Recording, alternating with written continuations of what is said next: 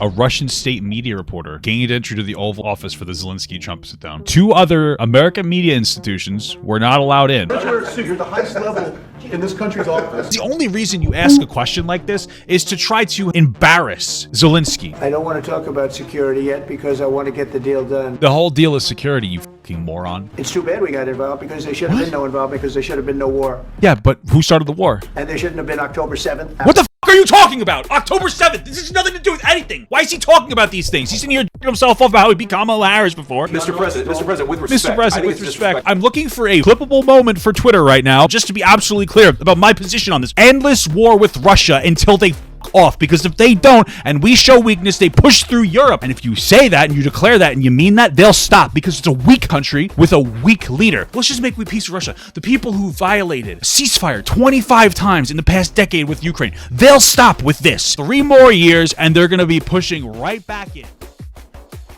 All right, guys, let's get this, I wouldn't even call it a party. I want to watch the full interview between Donald Trump and Vladimir Zelenskyy, you know, Ukraine president. I watched part of it. It was kind of an embarrassment. Maybe the full video will change that context, but then afterwards I want to watch Zelenskyy on Fox News. Just so you guys know, Brett Barr is actually like a good reporter, okay? Brett Barr and Christopher Wallace are 2 Fox News reporters, and they're actually like, they have actual moral foundation. Like, they're actually legitimate good reporters. They're the only things that make Fox News have any level of legitimacy, despite the fact they really don't as an institution. But Brett Barr is very good. So I want to watch this report after. But let's start with this, man. Let's watch this meeting. Let's see how this goes. Okay, and for the good of the world, I'm aligned with the world, and I want to get this thing over with. You see the hatred he's got for Putin. It's very tough for me. Yeah, why wouldn't he? Why wouldn't he have hatred? Are you guys aware that this has been going on for like 10 years? 10 years. Russia has pushed into 20% of Ukraine. They occupied 20% of Ukraine. There have been 25 ceasefires, and Russia has broken every single ceasefire. They're trying to take over Europe. Like, why would you like someone like Putin? I don't understand. For me to make a deal with that kind of hate, he's got tremendous hatred, and yeah, he should. I understand that, but no, you don't. I can tell you the other side isn't exactly in love with, him either. Yeah, but the other side is a dictator that's trying to take over the Ukraine. So it's not a question of alignment. I'm aligned with the world. If you're aligned with the world, then you would align with Ukraine so that you could stop Russia from taking over Europe and then going for... They don't like the West. We are part of the West. We have a body of water separating us. But if that wasn't there, we'd be fucked. All right, we should be supporting our allies. It's not that controversial. I want to get the thing set. I'm aligned with Europe. I want to see no, you're not. Get this thing done. You want me to be tough? I could be tougher than any human being you've ever seen. I'd be so tough. Does anybody fall for this anymore? He just says like, oh yeah, here's a thing, exaggerated in a silly voice. Like, it doesn't mean anything to anybody anymore.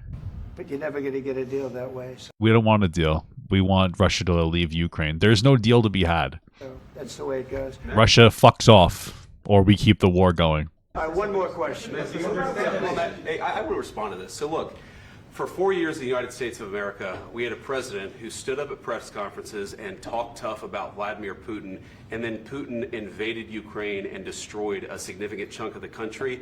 All right, okay. I like where you're going. Sounds like you're going to be tough on Russia. The path to peace and the path to prosperity is maybe engaging in diplomacy. All right, I'm feeling a little less confident. What does that mean? We tried the pathway of Joe Biden of thumping our chest and pretending that... And giving them extraordinary amounts of weapons, yeah. The President of the United States' words mattered more than the President of the United States' actions. Well... Isn't one of the chief complaints from conservatives that we're giving them too much money that's like unregulated? What makes America a good country is America engaging in diplomacy. Absolutely. When it can, yeah. That's what President Trump is doing. I don't really know what the fuck you're talking. All right, so I'm not feeling too confident. Can I ask you? Sure. Yeah? Yeah. Okay. So he occupied our parts, big parts of Ukraine, part of East and Crimea. So he occupied it on 2014. So during a lot of years, so I'm not speaking about just Biden, but those time was Obama, then President Obama, then President Trump, then President Biden, now President Trump, and God bless, now President Trump will stop him. But during 2014, nobody stopped him. He just occupied and took. He killed people. You know what the contact line? 2015. 20. I love this because Vance is trying to be like, oh, Biden was so weak in this conflict. This conflict started in 2014, and Trump was president for 4 years, and the conflict didn't get any better. So this fantasy idea that Biden was so terrible because he was president during this war, well, so was Trump. So why didn't he end it then? 2014 and 2014. 2014. Yeah. So I was not here. Yeah, but That's exactly right. Yes, but during 2014 till 2022, yeah, the situation the same. The people have been dying on the contact line. Nobody stopped him.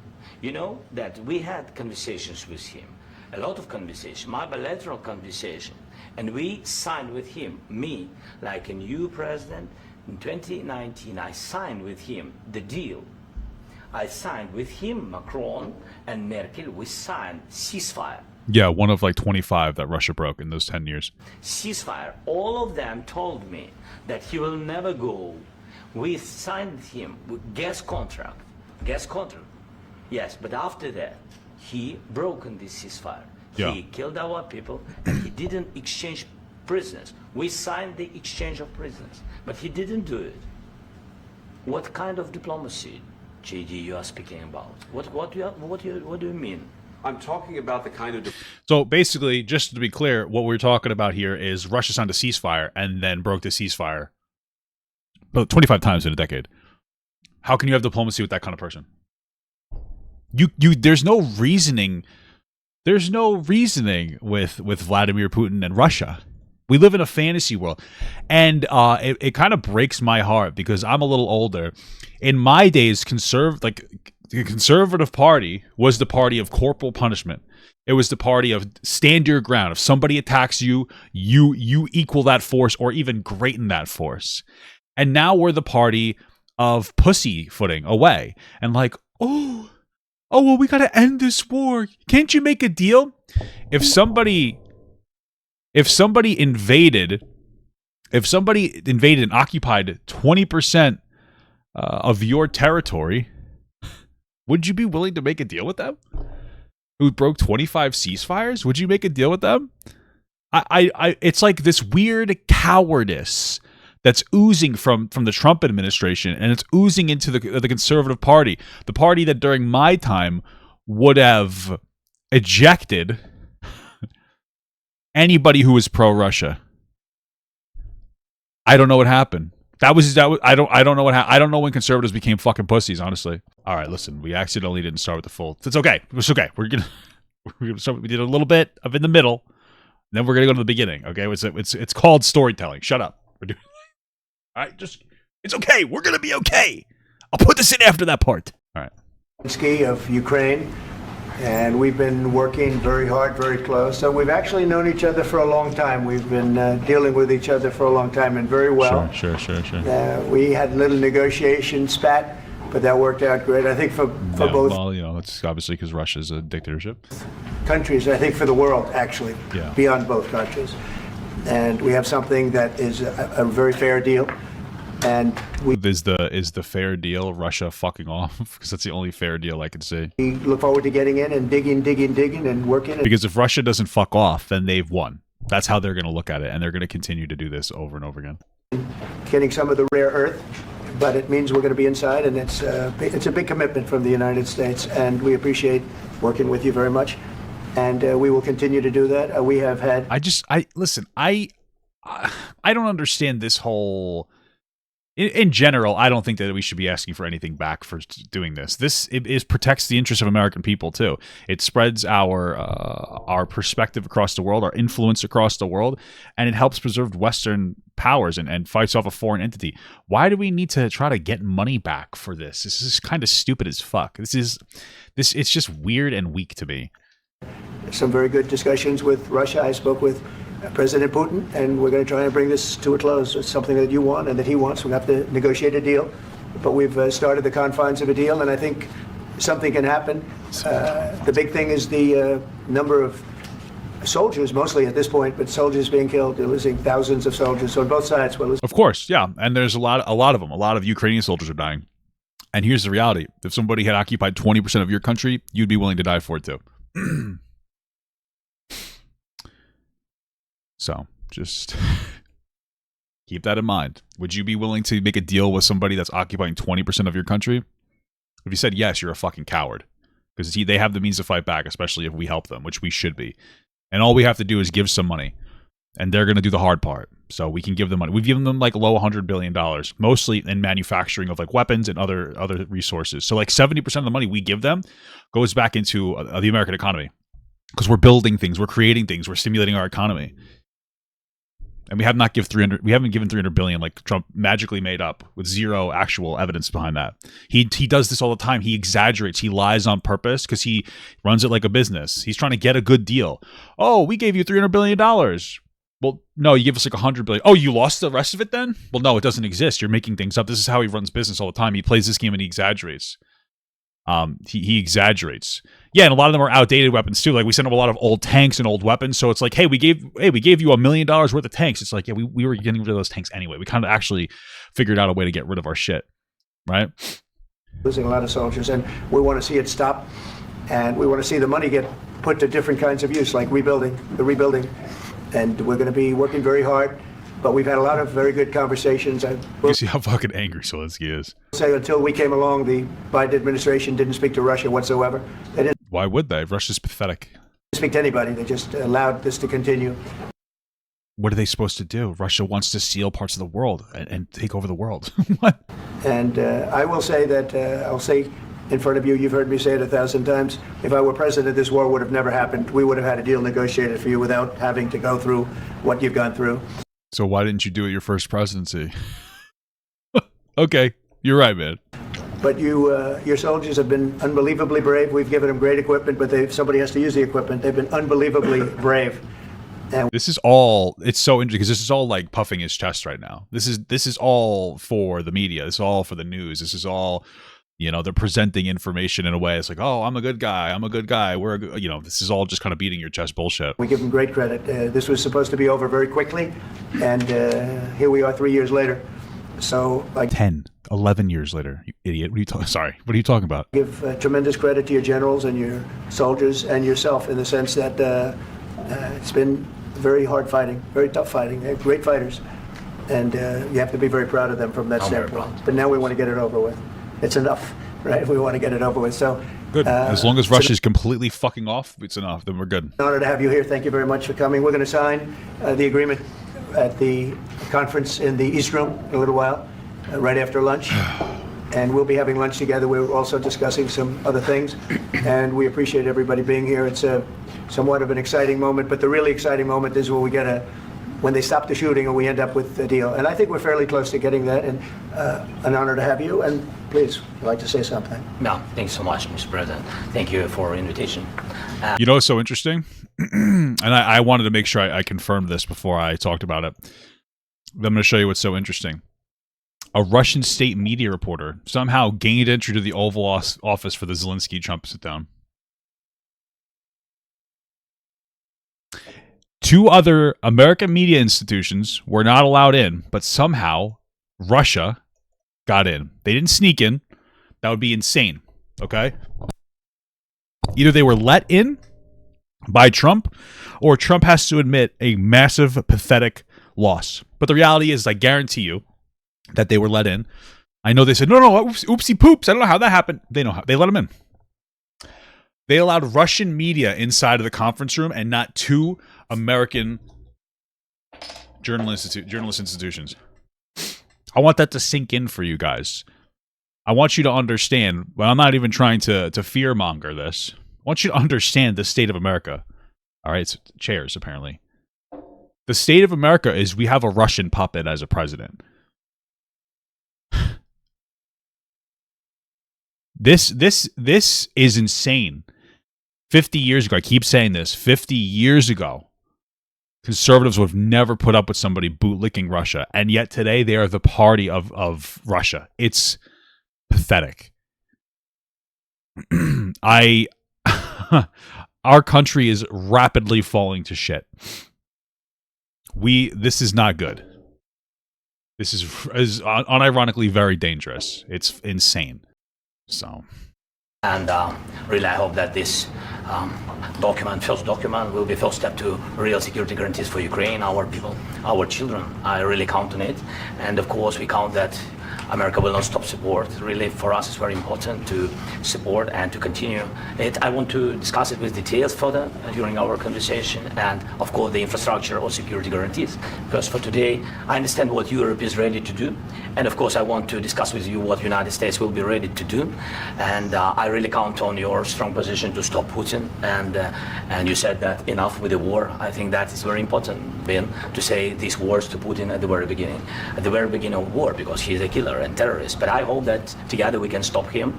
But for us, it's very important to, I love this framing. I mean, God, dude, Zelensky's got some balls, because Trump is not happy with this.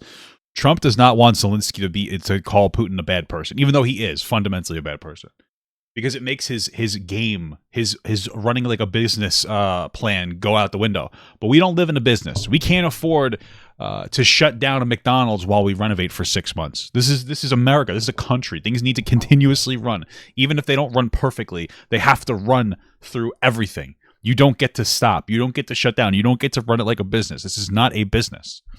Save our country, our values, our freedom, and democracy, and of course, no compromises with the killer about our territories, but it will be later.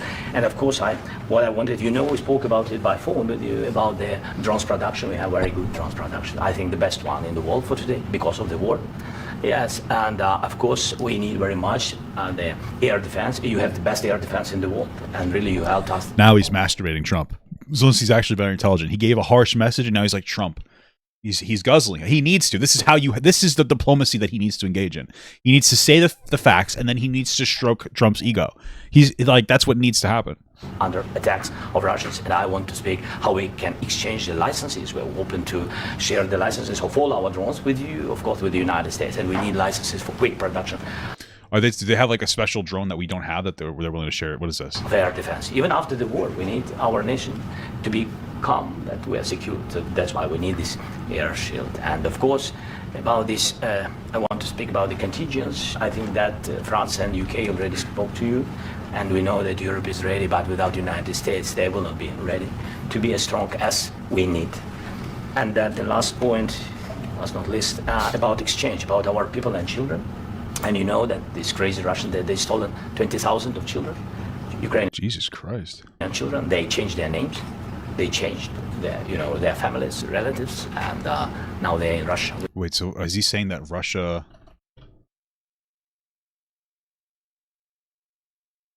They stole children and they're trying to re-educate them? Oh, Jesus Christ. We want to bring them back. And really, it's a big dream, task, and goal for me. And is it 20,000 children have been taken to Russia or Russian-occupied territory without consent of the family or guardians since the war began, calling the abductions a war crime? Yeah, for sure. Wow. That's insane. Jesus Christ. I didn't even know that. That's disgusting. Hey, guys, let's try to make a deal with these people. And our warriors. By the way, Mr. President, we exchanged, we just released more than 4,000 warriors from Russian prison, but there are thousands more in the prison. I wanted to share with you some images. Just can I know? Yeah, please. 1 minute. Just you to understand in what circumstances, in what situation they are, and what the attitude of Russia to our prisoners. That guys, just you before and after. And you see before and after, just you to understand. Now thousands of such guys, ladies and men, they are and that, so they don't eat, they beat them, and they, you know, they do a lot of. I think there's like a little bit of like the accent's getting me. Is he showing pictures of his prisoners that were released or prisoners that he released back to Russia? You know, bad things. So out of, even during the war, there are rules. Everybody knows there are rules during the war. So these guys, they don't have any rules. You see that? Oh, okay. Russia. Gotcha. Okay. So I guess Russia has abused their prisoners, which would go against, you know, that would violate international, you know, agreements. 50, 60 kilograms left and a lot of such things. And I didn't want to show you what the changes with images of children, because I will just share with you. And I mean, it's looking Makes sense. No, that's tough stuff. yeah, I wanted And Trump has to pretend he cares. So very much to give you, and you see it. Yeah. This is pastor, by the way. They stolen pastors because it's not Russian church. They stolen pastors and moved pastors to the prison. At the end of last year, we brought 3 pastors, and we could exchange them. And this is pastor, you see. Yeah, that's tough. Yeah, so I mean, this I wanted to show you, and this. So thank you very much. We want to get that entered, right? Yeah, of course, we And want. I think we will. And We have to, of course. do you have any questions, please? Thank you, Mr. President. With the, how much money is the U.S. going to put into the fund that is being created today, and how does this provide long-term security for Ukraine? Well, we don't know exactly how much. well, you should put in as much as they need. And it should the way that you would act tough here is you would say, we are going to put in anything that they need. That's it. How much are you gonna put in today? Whatever they ask. That's the answer. You want to be tough. You say that's anything.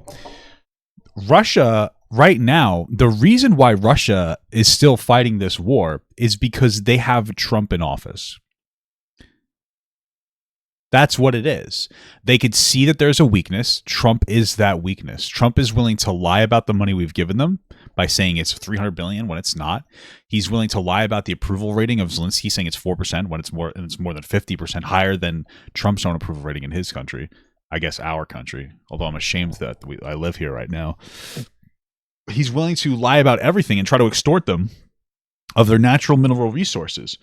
And so Russia doesn't care about their own people. They're willing to throw their people into Ukraine and die. They've occupied 20% of the territory. They've broken 25 ceasefires. And the reason that this is continuing is because Trump is weak. And they could see that Trump is weak, and they're like, oh, let's continue to hold out. Let's just keep holding out because Trump is weak. We just have to wait for a new president. And we have this weakest piece of dog shit that we could get. And now like he's going to fold over because Trump is, I say this 100 times, is jingling keys. Trump is not effective. He is jingling keys. All Trump does is do things that seem that are just, he just likes to do things, not even good things. People gave Biden shit. Biden was boring. That's what we need. 4 years is not enough time to make significant change in the country. So you get in and you try to focus on one big thing and then keep everything stable and try to guide the country slowly in the way of progress without going too fast. Trump wants to come in and he wants to start trade wars with Canada, China, Mexico, France, Germany, Poland, every single country. He wants to end the war, even if that means, because he wants to look like he ended a war instead of doing what's right, which is allowing Ukraine to, hold on to their land. He just wants to do things. He doesn't want to be, and people fall for it. You jingle the keys and they're like, oh, wow, they're hypnotized like babies. That's what Trump is as a president. He just likes to do things. He's the kind of person that'll put a hole in the wall and say that he renovated the house. That's what Donald Trump is. That's just who he is as a person. And people fell for jingling keys because we have a very undereducated country, and that's why we need to get rid of the DOE, according to him, so that we can make people even fucking stupider. Because honestly, you don't have soldiers unless you have people that are in such dire situations that they have to become soldiers. Let's be real. Much because we're going to be putting some money in a fund that we're going to get from the raw earth that we're going to be taking and sharing in terms of revenue. So it's going to be a lot of money. Hey, but that makes no sense to me. So we're going to steal their raw minerals and then we're just going to give them some of the money back? Like, what a fucking coward. This guy's such a fucking loser. I'm so tired of this shit. Money will be made from the sale and from the use of raw earth. And as you know, our country doesn't have much raw earth. We have a lot of I fucking hate this guy. Jesus Christ. oil and gas, but we don't have a lot of the raw earth. And what we do have is protected by the environmentalists, but that could be unprotected. But still, it's not very much. Just to be clear, I want people to understand something of what's happening right here. This is Donald Trump saying that, like, we're going to try to extort natural resources out of Ukraine and then give them some of the money back after we extort that money. I know a lot of conservatives are like, we need to end this war. We need to end this war. You don't really care, but this is what you're saying. Why are we spending $300 billion? We didn't. We spent like $100 billion, but we don't have to get into the nitty-gritty. Do you want to know why we're spending so much money? Because if Russia took it over, then they get the natural resources. And we're not allies with Russia because they are as a dictatorship that kills political opponents and doesn't have basic freedoms. So the reason why we spend money to help other countries is for influence. We don't do it for fun. We don't do it to be nice. We do it so that we have a level of control over other Western countries. And they're generally happy for it because then they get to have the protection of the United States and the protection of those core values of, freedoms and actual fair elections. That's why. And so us helping Ukraine in general, sure, can and should lead to decent trade deals. Absolutely. For minerals, that's what the point is. But to sit here and in wartime try to extort those resources out of them is fucking stupid. Russia's occupying a fifth of their country. How many raw materials or resources do you think Russia is going to have access to? Did I say the DOE? What are you talking about? Did I say DOE is that not the Department of Education, dude? You know what I was talking about. You know what I was talking about. You sidelined me. But that's the whole point. They have among the best in the world in terms of raw. So we're going to be using it for all of the things we do, including AI and including weapons and the military, and it's really going to very much satisfy our needs. So it's something that just worked out really well. We have a lot of oil, and we have a lot of gas, but we don't have raw earth. So this has just about every component of the raw earth that we need for computers, for all of the things we do. Okay, great. So you want to extort it out of them during a very vulnerable moment where they're being attacked by Russia instead of just try to help them and then make a deal on the side. Makes perfect sense. And this puts us in great shape. And long-term security for Ukraine. I think they're going to have great luck. I think once we make the agreement, that's going to be 95% of it. They're not going to go back to fighting. I've spoken with President Putin, and I feel very strong. I've known him for a long time. And I feel very. That's not something to brag about.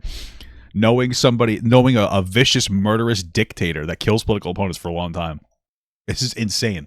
Even to speak any positively of him. Strongly that they're very serious about it. And we'll make a deal. And when the deal is made, I don't think we talk about security. Everyone's talking about the other day. All they talked about was security. I said, let me make the deal first. I have to make the deal first. I don't worry about security right now. We have to have a deal because right. What are you, an idiot? Security would be part of the deal. That's what I'm talking about. This guy just talks. I just don't even the deal is security. Russia stops attacking Ukraine. That's the security of the deal. Oh, let's talk about it after the deal's made. What? That doesn't even make sense. What are you talking about? Right now, last week, 2,000 soldiers died on both sides. 2,000. And they're losing 1,000, 2,000, 3,000 a week. So as we sit here and we... Are they? Talk, people are getting shot and dying on the battlefield. Yeah. And, they're not American soldiers, but they're Russian soldiers and they're Ukrainian soldiers, and we want to be able to stop it. Then Russia has to fuck off. We want to be able also to spend money on other things. We don't want to... So just to be clear, I just want people to be clear. I know it doesn't matter. He's sitting 1,000 soldiers a day, like 100 Ukrainian soldiers die a day. It's just constant lies. It's just constant exaggeration. Every time he talks, it's just an exaggerated lie. It's just so annoying. This is a tremendous amount of money, and what the Biden administration did was terrible. They were giving money, but he had no security on the money. Europe, as you know, gave much less money, but they had security. It was in the form of a loan. Well, first of all, Trump, they gave more than us. They gave more than us. That's number one. Because I could have swore I saw the French president say we have not loaned anybody. All right, so I do not. They did not. I'm almost 100% sure they did not loan them anything. My understanding is, first of all, Europe has given 60% of the amount of money that's gone to Ukraine, where the other 40.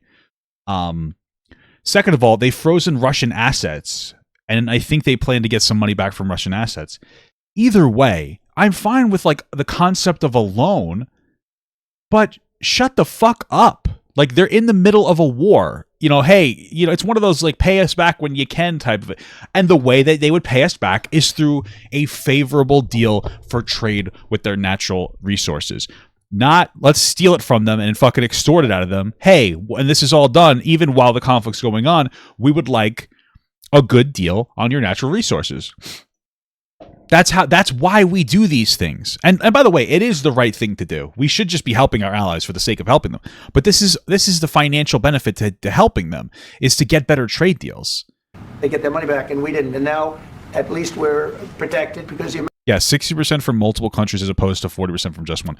Just to be okay, yeah, absolutely. I don't know what you're trying to say, but I want to be very clear. All right, so just to be clear, America, my understanding, GDP is equal to the entirety of the EU, and yet they've given more money than us, right? We have like the largest world economy, but like we're competitive with the entirety of the EU. Maybe I'm wrong about that. It's like very difficult to find these things. For what I'm seeing is like in 2025, the GDP of the European Union is about 20 trillion, and so is ours. I could be wrong about that. Maybe I'm wrong about the USA GDP. I'm like trying to figure that out.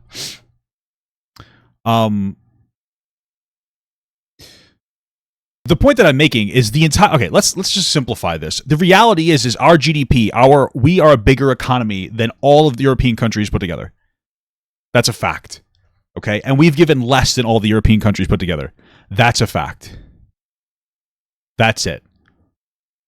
That's what it comes down to. Proportionately, we're giving significantly less than the rest of than the EU. What are we, 27 trillion? So we are about 30%, 35% higher of GDP, but we're giving less money. We're giving 2/3 of the amount of money as the EU, comparatively.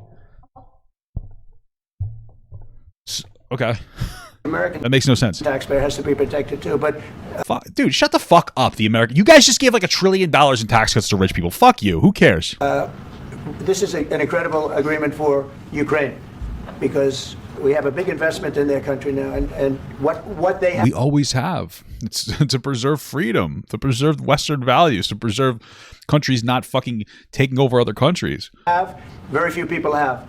And we're able to... a country on the border getting attacked by Russia? Yeah, they have a really great thing. Really go forward with very, very high-tech things and many other things, including weaponry that we're going to use in many locations, but that we need for our country. Mr. President, this allows us to do that. Yes, go ahead, please. If I can just, yes. In the document, there is one of the very important points if we speak about business and investment. We never had LNG terminals in Ukraine. This document will open. I mean, the next documents, but anyway, here we see in the framework, we see a really good will for this. LNG terminals for us is very important, and I think for security of European continent. We have the biggest storage, gas storage. We have the biggest in Europe. Yes, yes, and we can use it. Use it for LNG. Use it for LNG, and we will do it.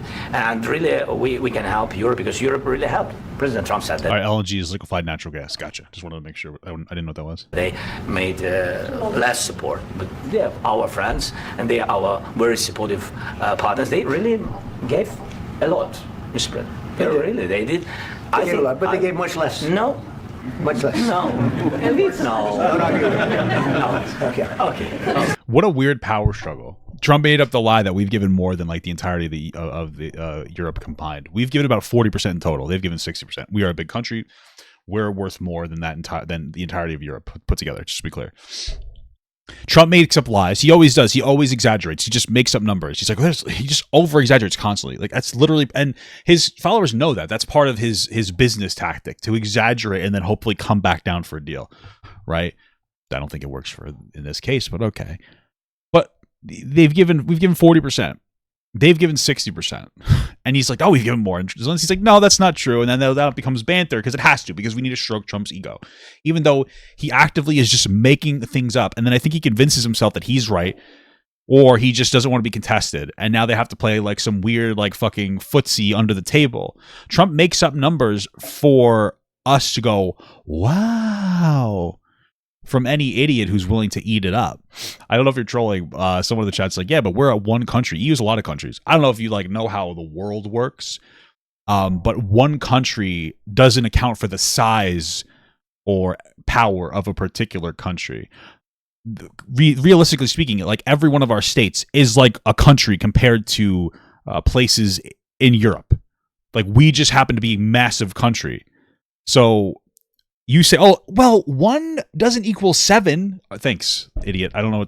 Thanks for the thanks. Is this what you want me to watch? You've probably heard all of this. Who has given what to Ukraine and what they will get back? Oh, talk recently about the amount of aid that's been going to Ukraine, about whether the US is going to be able to get billions of dollars back for that aid. What's really going on? Well, I'm going to give you a little primer here. Quick guide to all of this stuff, starting with how much money has been given in terms of aid. There's various different categories of aid. So military aid, that's Europe, 62 billion euros. The US slightly further ahead, 64 billion euros military aid from the US. But of course, that's not the only kind of thing and the only kind of support gone out to Ukraine. There's also other aid. There's humanitarian, there's financial aid. That brings up the European total to about 132, and it's higher than the US. Okay, and if you include other things, so the aid that's been promised but hasn't yet been delivered, Europe looks even further ahead.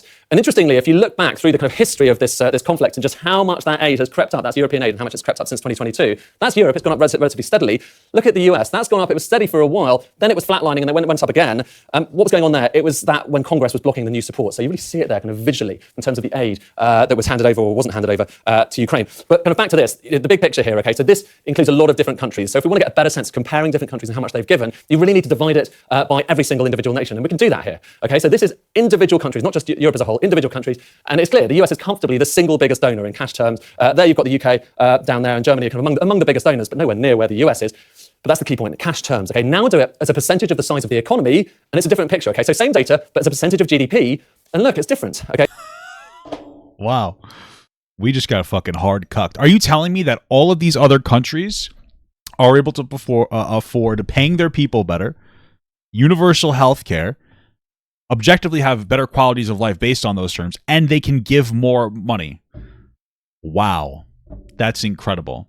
How the fuck do we middle class Americans in America live in some kind of state of weird poverty where healthcare is insanely expensive, housing is insanely expensive, people are just getting absolutely fucking decimated by constant big bills? Like, what is it? The majority of America can't survive a $500 unexpected bill.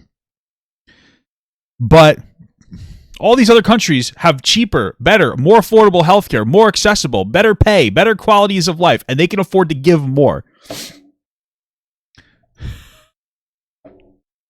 Like, we're fucking pathetic. I don't get it. We are so fucking pathetic that we can't get our shit together. And it's because we keep voting for jingling keys. I'm going to keep saying it. We voted for a jingling key president. Look at all the things I can do. Wow, holy fuck. We voted for a guy that would do things, even though they're not good things, like just constant fucking trade wars and increased deficit spending. His whole first term, pre-COVID, he boosted deficit spending by $350 billion a year when our economy was decent enough to start getting the cuts down. And now he's like, let's cut suicide hotlines for veterans. Let's cut Medicare, Medicaid. Let's promise to not tax tips. And then fuck that. It's not in the proposal. Fuck you, bitch. Let's fire veterans. What the hell is going on here? Our greatest failure as a country is the fact that we aren't better than all these countries. We're supposed to be fucking America, the greatest and most powerful preservation of the best values that have ever existed in the entirety of all history. And yet we can't walk the fucking walk. It's just fucking pathetic. What a fucking shame. It's just fucking embarrassing. It's just fucking embarrassing. You're bitching, but you voted for Biden both times. Of course I did, because Biden was a better president. Biden was a better president by 10,000 degrees.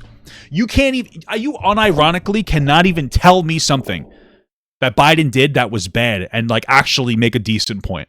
You'll cry about egg prices. Egg prices are higher now.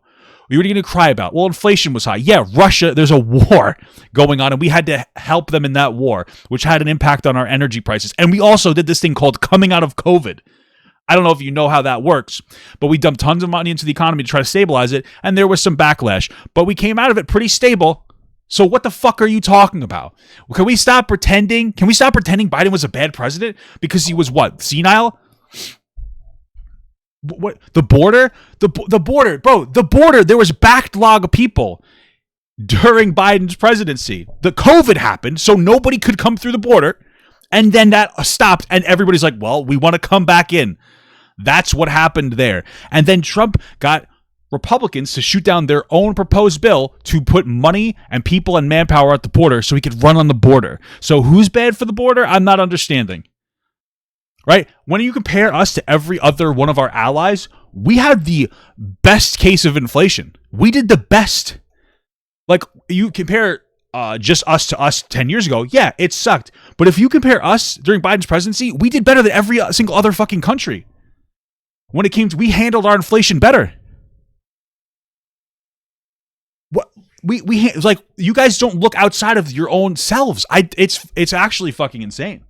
Okay, so the US and the UK about 0.5% of their GDP, which is a better way of comparing it, really. Whereas it's countries like Estonia and Denmark, the Baltics, Finland, Sweden, places like that, which are giving much more of their national income to support Ukraine. And in places like Germany, even further down, because it's got a bigger GDP. So quite striking there. Worth saying, though, to get a bit of historical context here, let's compare how much aid has been given this time around with previous conflicts. So this is specifically US aid to Ukraine this time around. That bar is there. It's 0.3 because that's the annual figure rather than for the entire period. Is this adjusted for inflation? Oh, this is GDP. War II. So World War II lend-lease far more. US and Korea far more. Vietnam far more. Gulf War far more. Ukraine is tiny in comparison to all of those things. Still. Are you telling me? Hold on. I'm sorry. Are you telling me that we gave more money to fight a worthless war in Vietnam than to Ukraine?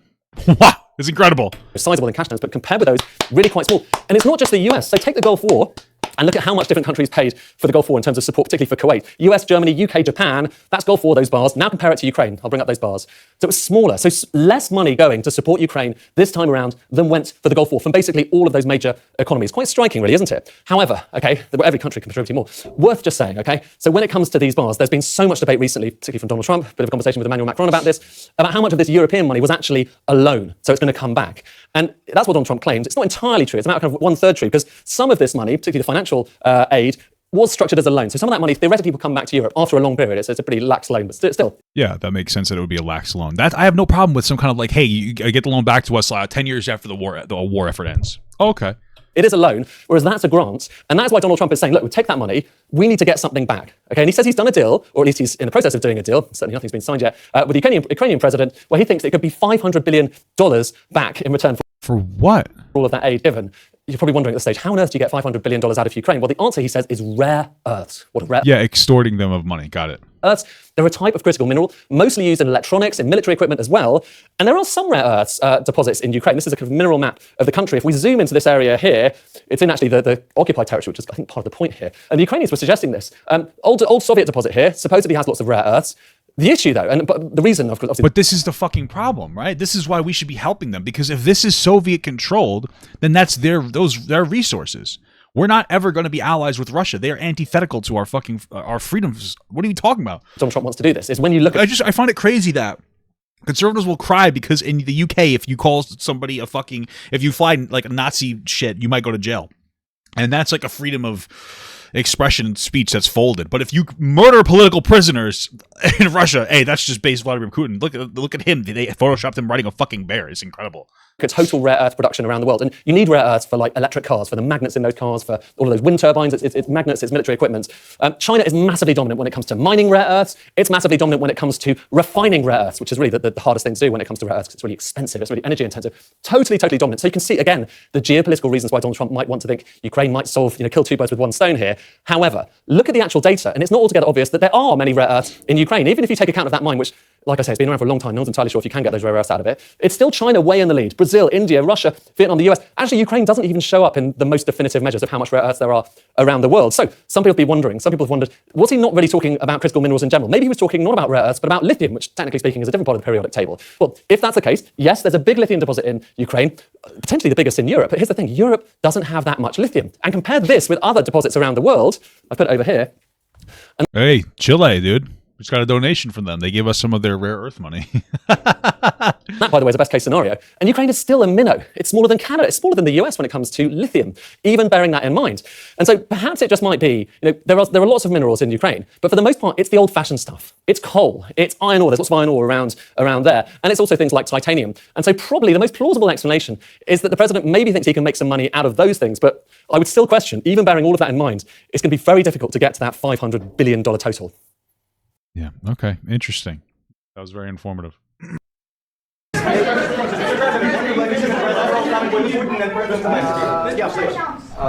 Mr. President Trump, you have repeatedly called the deal with Ukraine as a historical one. And as a president of the United States, well, he just likes to say words, so that's probably why he's calling it historical. I gotta get some WD-40. Make historical decisions in other issues which affect America and other world. So, what place in the world history do you want to take? And do you associate yourself with any famous historical figures? Yeah, I'd say George Washington, Abraham Lincoln. I would say I'm far superior to George Washington and Abraham Lincoln. Now, you know I'm only kidding, right? Because when I say that, the fake news Well, no, he means it. He's just saying he's only kidding, right? is going to go wild. They're going to say he considers himself to be better than Washington, but you never know. You never know. I don't compare myself to anybody. I'm here to do a job. We've had a great 35 days or whatever it might be, a month, a little more than a month. We've accomplished What are you talking about? Things have been horrible. What? tremendous amounts. Not only this would be a very great achievement if we could get the war stopped and get them back to normalization. I think that's going to happen. We've had very good talks on both sides, as you know, but I think we've done a very good job, just generally. If you look at all of the things we've done in 30 days, they're saying there's never been a opening for a president. The first month, there's never been a first month like we've had. And this is one of the very important things. This, to me, is one of the most important things because we have tremendous death taking place as we speak, and I don't want to have that. Think of the parents, whether they're in Russia or Donald Trump, again, it's like we live in a fantasy world. Donald Trump is the reason why we have all this debt. Like, we pretend that we can't just Google and look things up, okay? Obama inherited a $1.3 trillion annual federal deficit. That's how much more money we're spending than we're taking in. By the end of and that was after the Great Recession, the worst recession since the Great Depression. By the end of his presidency, those 8 years, $650 billion, cut it in half. The economy was decent. It wasn't amazing. It was decent. We were at a point where it's time to continue, let the cuts continue. Trump inflated the annual federal deficit to $1 trillion before COVID hit. So we weren't even prepared for that disaster. So he deficit spent the first 3 years of his presidency, then COVID hit, and we were fucked. And then Biden had to deal with COVID, which you can't save money during a crisis, especially a global crisis. And now Trump's coming back in, and what is the proposal that we have on the table? Slashing like Medicare and Medicaid and Social Security and fucking like, but then cutting taxes for billionaires, so like not actually saving us money. But like you want to save us money by not giving them $10-20 billion. We've given like $100 billion so far. Like what? How much is that really going to save us? I mean, okay. For Ukraine, think of the parents of all these people being killed needlessly. Trump dealt with COVID. Do you think COVID ended after like COVID lasted for like 3 years? What are you talking about? Trump dealt with COVID. He did it in the last year of his presidency, and then like Biden had to deal with it for like the first 2 years of his presidency. What are you talking about? Like COVID didn't just disappear like for a year. It took like 3 or 4 years. They came to our territory. Should have never started. This would have, if I were want to have that. Think of the parents, whether they're in Russia or Ukraine, think of the parents of all these people being killed needlessly. They came to our territory. Should have never started. He's not even going to acknowledge that comment. If I were president, this would have never started. Mr. President, will you continue sending military aid to Ukraine after the U.S. signs this agreement with Ukraine? Yeah, we're going to be continuing. President Zelenskyy, do you feel like the U.S. is on your side, that President Trump is on your side at this moment? What do you think? He wants to know, do you think that, sort of a stupid question. I guess we wouldn't be here if I wasn't. I think that the United States, on our side from the very beginning of occupation, And I think that President Trump on our side, and of course, I'm sure that United States President will not stop support. This is crucial for us. It's important for us. Yes. And Putin, the president speaks about the people and the soldiers which are dying, but they came to our territory, they came to our land. They began this war, and they have to stop. And I think this is the question, with really the most important question. Can President Trump, I hope yes, with some other allies, to stop Putin withdraw these enemies, our enemy, withdraw these troops from our land? And I think that you asked about the history, I think that if President, or when, he will stop Putin. If President Trump will bring peace to our country, I think he will be on this wall. I think. Well, let's hope. We know it's not going to happen. Very, very good talks. President Zelenskyy just said that there will be no compromises with Vladimir Putin. I just wanted to ask both of you, firstly, are there compromises that you think that President Zelenskyy is going to have to make? President Zelenskyy, is there anything that you might be thinking that you may be able to offer or bring to the table, for example, elections? Thank you. Well, I mean, what are they going to compromise? Russia occupies 20% of their country. Are they supposed to give up part of their country? I don't understand. I think you're going to have to always make compromises. You can't do any deals without compromises. So certainly, sometimes you can't do a deal. Stand your ground, all that. He's going to have to make some compromises, but hopefully they won't be as big as some people think you're going to have to make. That's all. That's all we can do. I'm here as an arbitrator, as a mediator to a certain extent between two parties that have been very hostile, to put it mildly. They've been very hostile. There's been a vicious war. There's been a very hostile. Yeah. Oh, dude, there's this weird desperation to make it seem like the hostility on both sides is like the same, as if Ukraine and Russia both have equal parts to play in this war. They don't. Russia started it. They have 20% control over Ukraine. What is this guy talking about? Vicious war. It's a very level battlefield, and those bullets go out. And as I've said many times, we were talking about it with Pete. Many times, the only thing stopping those bullets is a human body. And in the case we're talking about, generally young human bodies are stopping a lot of bullets. It's dead level. That's why it's great farmland. It's great land. It's great farmland. But that's why we should send better equipment so only Russians die in this war. Very little protection against the bullets that are being, and other things that are being shot. So all I can do is see if I can get everybody at the table and get an agreement. And I think we're going to end up with an agreement. Otherwise, I wouldn't. Yeah, so here's my thing. I feel bad for Russian soldiers dying. I don't know how much they support Putin or not. But to be honest with you, I don't care about their lives. I care about the Ukrainian lives. And if they're willing to risk their lives to defend their country, and all of our countries as well, other European countries, because Russia will not stop, then we should give them as much support as we can. Stop giving them old military infrastructure. Send them new stuff. Send them new shit. And probably be even here today. Mr. President, I've got two questions for you. You think ultimately your legacy Zelenskyy wanted to butt in there. Be the peacemaker and not the president that led this country into another war and ended foreign wars? And then I've got a question. I hope it will. I mean, I hope I'm going to. What is this guy, fucking Fox News? Be remembered as a peacemaker. This would be a great thing if we could do this. I'm doing this to save lives. I'm telling you right now, Trump's going to be remembered as a fucking moron, but okay. Anything else. Trump's going to go down in history books, as one of the worst presidents in our entire lifetime if we survive this, because we're just guzzling so much Russian cum we might actually drown. He is horrible. He's a terrible dog shit president. In the first month of his presidency, he's destroyed every single elite alliance that we've built. So, okay. Second is to save a lot of money, but I consider that to be far less important. So I hope I'm going to thank you, Brian, for that question. It was a nice question. I hope I'll be known and recognized as a peacemaker. This would be a great thing to solve. This is a very dangerous situation. This could lead to a third world war. This was headed in the wrong direction. Yes, I agree. If this election were lost, if we didn't win this election, and by the way, we won it by a lot. That was a mandate. We won every swing state. We won the popular vote by millions and millions of votes. We won everything. The districts, you look at the areas of red, take a look at a map. This was a big mandate, and this was one of the things. So we're talking about a war between Russia and Ukraine, and he needs to make sure he jerks himself off and comes all over everywhere. Like what a humble guy. Said we're going to get this thing settled. If we didn't win, I think this could have very well ended up in a third world war. And yeah, so just to be clear, Trump is what will turn this into a world war. I'm not saying he will, but Biden would not have. All right. Trump has shown incredible weakness. He's bent over, pulled his pants down, and he's dangled his frail little nutsack to Ukraine, to Russia, and asked them to just fucking to tap that bitch up. Just one of these. The fact that this conversation is even happening in this way, where we're talking about extorting Ukraine of its natural minerals, not just talking about like, hey, we're going to need to get some money back on a loan, but you have plenty of time to pay it back. Extort them out of natural mineral resources. Tell them to give up parts of their country that was invaded. Would you, if this was our country, would you allow them to have 20% of your country? To occupy 20% of the country? Would you allow that? No.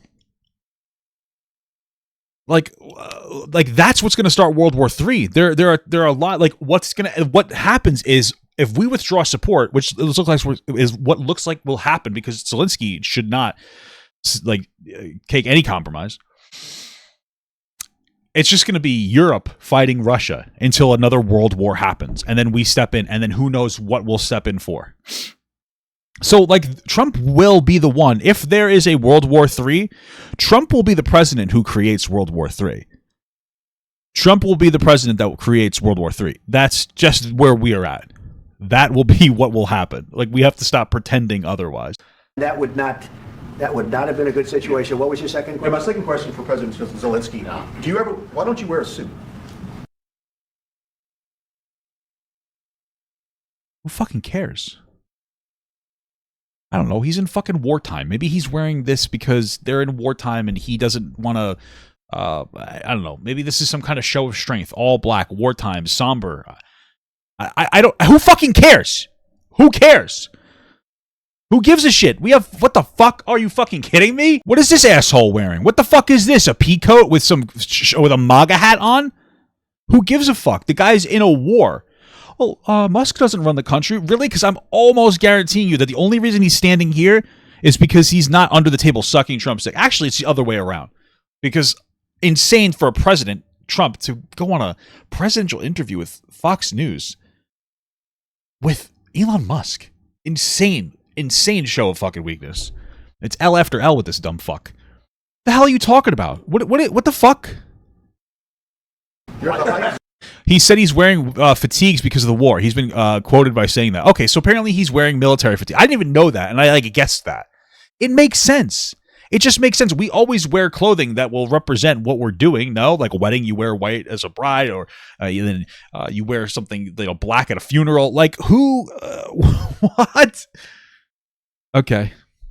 Why don't you wear a suit? You're the highest level in this country's office. Who's this fucking cocksucker? Who's this fucking loser cocksucker? Who is this traitor to America asking this question? Because the only reason you ask a question like this is to try to embarrass Zelenskyy, who is engaged in a fucking war with Russia, who kills political opponents. What are you trying to do with this question other than to suck Russian cock? Why are you so fucking weak? What are you talking about? Why would you ask him that question? What does that serve to do? What does that serve to do? What are you, fucking gay? Who the fuck cares what he's wearing? He's standing in solidarity with him and his military. Who gives a shit? Oh my God. You know what? Here's the one thing that I will say. If you look at the statistics, the majority of the military is comprised of conservatives. So if World War III does happen, at least they'll die first. Oh, that's so mean. You guys voted for it. You guys voted for this show of weakness. So I don't know what to tell you. And you want to know why it's majority conservative? Because these motherfuckers' education sucks in their state. And that's the whole pipeline to make you go to the military. Oh, why do people go to the military? For money. Because they need to go to college for free because they can't afford it. We have a pipeline. It's called take things from your citizens so that they have to go into the fucking military.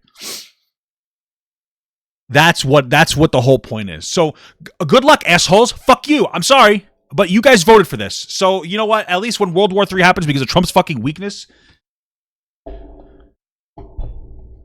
Plus, you're banning fucking, people like trans people from the fucking military too. So you know what? Guess what? Do your thing. Live it up, buddy. You're telling me that the guy who asked the question is this fucking pig-faced bitch's husband? Sorry. I'm sorry. That was a little rude. I just hate traitors to America. I hate traitors to America so much. I accidentally closed the video out. That's how much I hate traitors to America. Let's do it. refuse to wear a suit. Just want to see if you, do you own a suit? Yeah, problems. A lot of Americans have problems with you not Really? respecting I the don't have dignity of this Who gives a fuck about that? office. I will wear a costume after this war will finish. Okay. Yes, maybe one. Maybe something like this. Something like Yes, yours. sir. Yes. That'd be great. Maybe something better. I don't know. We will see. Maybe something cheaper than What? Just to be clear, what's happening is like Zelenskyy speaks English very well, but like there's a little bit of a language barrier. So when you hear that, it doesn't really come off, like his full explanation doesn't come off as well as it could. Because what he obviously should have said is like, I'm wearing clothing in solidarity with my military. But instead, he was like, "Oh, I'll wear a costume when I'm done." And I don't think he means that in a necessarily disrespectful way, but he is matching like some of the tone. So, Thank you. Thank you. fucking Zelenskyy just mogged the fuck out of him. Thank you, President Trump. You said yesterday that you would... Are you going to send more arms to Ukraine in peace? There's no peace. Yeah, we're going to have arms to Ukraine, yeah, sure. Yeah, sure. I seem real confident in that. Oh, incredible. Hopefully I won't have to send very much because hopefully we're going to have it finished. We're looking forward to finishing this quickly. You know what? I hope that I'm so wrong. I hope that Donald Trump is just doing his normal idiot dance where he goes, we're going to do a lot of horrible things and then hopefully send, compromise in the middle. But I doubt it. I don't know. We're not looking forward to sending a lot of arms. We're looking forward to getting the war finished so we can jingle more keys in front of my dumb audience of idiots. do other things. But we very much appreciate the agreement because we needed what they had, and we're treating, our country is now treated fairly. Biden didn't do that. He didn't know what the hell he was doing. This should have never happened. This should have never started. Started in 2014, idiot. But, sure, the answer is yes, but hopefully we won't have to send much because I'm looking forward to getting it done quickly, very quickly. Yeah, that's not going to happen. Does it provide security guarantees, Mr. President? I don't want to talk about security yet because I want to get the deal done. The whole deal is security, you fucking moron. Yeah, if there's a guarantee, if there's some kind of a thing, some kind of a ceasefire or an end to this war, despite the fact that Putin's violated 25 of those in the past decade with Ukraine, will there be any security guarantees? I don't want to talk about that. We're going to get the deal done first. That's the deal. That's the deal. That is the whole deal. This motherfucker has the lips of a puckering asshole, and he doesn't understand what the fuck he's talking about. That is the whole deal. What are you talking? That's the whole entire deal, is to guarantee security when this is over. What the fuck is he talking about? Fall into the same trap like everybody else. A million times you said over and over, I want to get the deal done. Security is so easy. That's about 2% of the problem. What? I'm not worried about security. I'm worried about getting the deal done. The security is the easy part. Security is very nice. Everybody stop shooting. And now will Europe put people there? I know France is going to. I know the UK is going to. I know other countries are going to, and they happen to be right next door. We haven't committed, but we could conceivably. We have security in a different form. We'll have workers there digging, taking the raw earth. So, dude, this guy is obsessed with just extorting Ukraine of its fucking natural resources. Like, that's it. That is like his whole focus. I want to take advantage of a vulnerable country that's fighting for its sovereignty and fighting against Russia, not only for its own sovereignty, but also for the preservation of Western values. And I want all their natural resources. But don't worry, I'll pay them back for the money we give them through the natural resources. What the fuck is this guy talking about? What is happening? Could you imagine somebody starts attacking you and your friend's like, "I'll help you if you let me have your pens." What? So that we can create a lot of great product in this country. So in that sense, you have something, but we haven't determined that yet. I will say, in speaking to France and in speaking to, and they were here, as you know, last week and just the other day, they have committed to a lot of security. I don't think you're going to need much security. I think once this deal gets done, it's over. Russia's not going to want to go back, and nobody's going to want to go back. When this, what do you fuck? This guy, dude, I can't tolerate this. This guy's an idiot.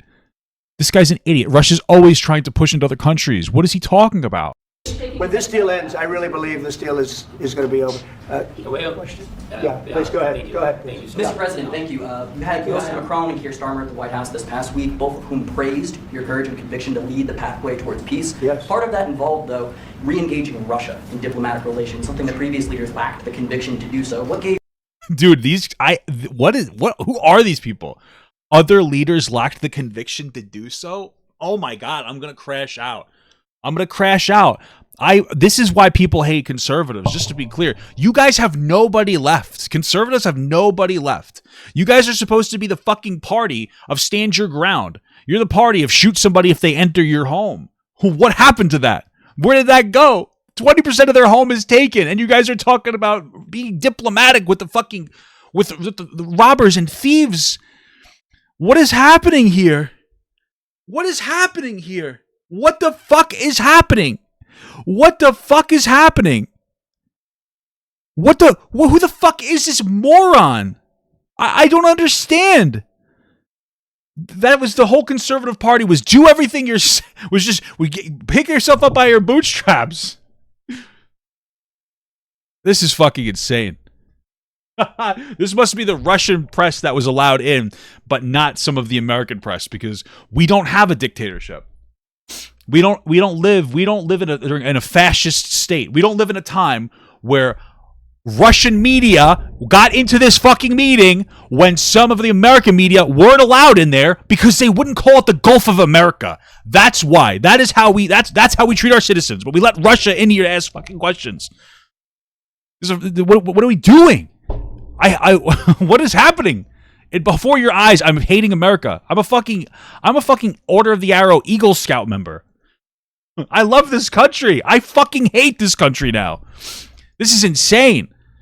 This is driving me nuts. Holy fuck. Gave you the moral courage and conviction to step forward and lead that. Well, I love this guy. Who are you with? One American News, sir. Well, that's why I like him. One America? Oh, fuck you, dude. One American News does a great job. One American News is fucking pathetic. I like the question. I think it's a very good question. It's a pathway to peace. It's a pathway to... Fuck peace. Pathway to justice. Ukraine should get justice. Fuck peace. Ukraine should get justice. Fuck that. 20% of their home is taken from them? Peace? What the fuck are you talking about? What the fuck is happening here? The only peace that should be happening is to help Russia to get to peace out of Ukraine. That's what we need. What is happening here? Getting something solved. And I feel that as the head of this country, I have an obligation to do that. Plus, we're very much involved. We got involved. It's too bad we got involved, because there should have been no involvement, because there should have been no war. Yeah, but who started the war? And there shouldn't have been October 7th. That would have never happened. What the fuck are you talking about? October 7th. This has nothing to do with anything. Why is he talking about these things? He's sitting here jerking himself off about how he beat Kamala Harris before. The fuck are you talking about October 7th? Oh my God. Focus on a task. What are you, fucking autistic? We have ADHD? We're talking about a very serious war where people are being murdered because Russia is pushing into another territory, and this stupid motherfucker is talking about everything else but the actual topic. He's talking about stealing raw minerals. He's talking about how he beat Kamala Harris so horrifically. It was so good. He did such a great job. And now he's sitting here talking about October 7th. Who the fuck cares about October 7th right now? Who cares? Who gives a shit? Yes, more war. Yes, listen, I want to talk to you one more time, just to be absolutely clear about my position on this. More war. Endless war with Russia until they fuck off. Because if they don't, and we show weakness, they push through Europe. What are you talking about? Like, you're so fucking stupid. Some of you guys exist in this fantasy world. It's like, let's just make peace with Russia. The people who violated a ceasefire 25 times in the past decade with Ukraine, they'll stop with this. Just give them like half of what they took from Ukraine. It'll end there. 3 more years and they're going to be pushing right back in. That's what's going to happen. So yes, more war, endless war with Russia. That's how you stop them. Endless war with Russia until they fuck off. That's it. Because they're not going to fuck off unless there's endless war. Yes, endless war. Yes, endless war forever. I don't give a fuck. They're not going to stop unless you say endless war. Unless you stand up and say, we will fuck you in the ass. If you don't get the fuck out of Ukraine, they're not going to stop. That's it. Russia is the weak man's version of a strong man. It's what a weak men think is strong. Some fucking moron puts out propaganda where he has himself photoshopped onto a bear because fucking weird closeted homosexuals go, I love this guy, he's so hot, and you start jerking off under the table, coming all over yourself as you vote for Trump, who's literally has Putin's cum in his asshole. So yes, Always war. Forever. That's what you do. Forever. Why are we afraid to say that? We want to end the wars. No, you don't. You're the conservatives are supposed to be stand your ground. Endless war with Russia. Who fucking cares? Why are we talking about this like you can make peace with this fucking government that kills political opponents? You can't. Endless war forever until they stop. And if you say that and you declare that and you mean that, they'll stop because it's a weak shit country. That's why. It's a weak country with a weak leader. They're not a president. They're a fucking dictator. That's it. That's literally it. That's how it is. That's where we are. That's how it needs to be. You guys live in this fantasy world where you can make deals with everybody in the world. You can't. There are some people that you cannot reason with. I don't even understand. I don't even understand. Fucking insane to me. As you know, Iran was broke. They had no money to give to Hezbollah. They had no money to give to Hamas. Sorry. They were stone cold broke. And then under Biden, they became rich as hell. What the fuck are you talking about? They went from no money to $300 billion in a period of 4 years. Oh, he's talking about the money that we had like put sanctions on, and then we released the money back to them. And they gave a lot of that money away. Sorry, hold on a second. Broke. They had no money. And there shouldn't have been October 7th. That would have never happened. As you know, Iran was broke. They had no money to give to Hezbollah. They had no money to give to Hamas. They were stone cold broke. And then under Biden, they became rich as hell. They went from no money to $300 billion in a period of 4 years. Iran and Russia are strategic allies and form an axis in the fucking Caucasus alongside Armenia. Iran and Russia are also military allies in the conflicts in Syria and Iraq and Afghanistan, post-Soviet Central. Wow, this is really interesting. So are you telling me that you're guzzling Russian cum on the one hand, but then condemning their allies for doing October 7th? Do you seriously think that Russia wouldn't give money to Iran and other terrorist organizations to stop Israel? Like, do you not understand that? They don't want Western presences inside of anywhere else. They want them wiped out of the map. Do you think that Russia, who's allied with Iran, isn't going to give money to terrorists to fucking get rid of a Western presence in the Middle East? Are you fucking stupid? Like, are you dumb? What are you, fucking dumb? Does he even know this? Does he even understand? What are we talking about? Do I think that Kamala could prevent World War III? Do you think other countries would respect her? Here's what I think about that. Here's what I think.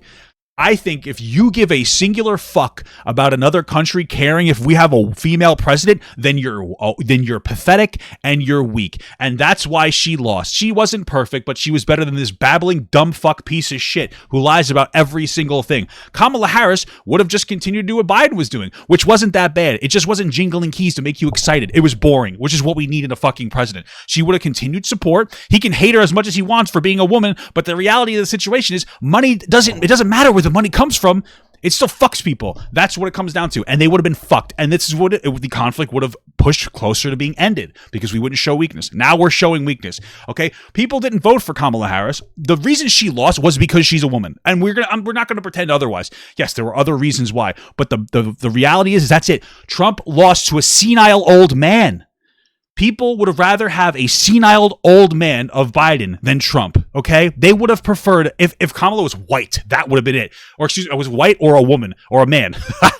She would have won. That's it. But she was a fucking woman, and people are like, well, I don't think that women can hold office because they're not, yeah, these are what people think. Even they're not going to say it out loud, but that's what people think. That's what people in my own family probably thought. I know what the fuck you guys think. You guys are weird. You guys, a lot of you are women who will say that women aren't effective enough to be leaders in office. You guys are, everybody's so weak. Who gives a fuck? What do I care if Russia doesn't like that we elected a woman? We don't respect her. You're going to have to. What are you going to do about it? You're a weak-ass country. You guys have been locked in a decade-long conflict with Ukraine. How? If you're so strong, why haven't you won by now? Oh, wait, because you're weak. What are you talking about, dude? I'm fucking crashing out. This is insane. This is insane. That's it. That's why she lost, because she's a fucking woman. And no, it's not why she was bad with this. Trump. It doesn't matter if she's bad. That was the compounding factor.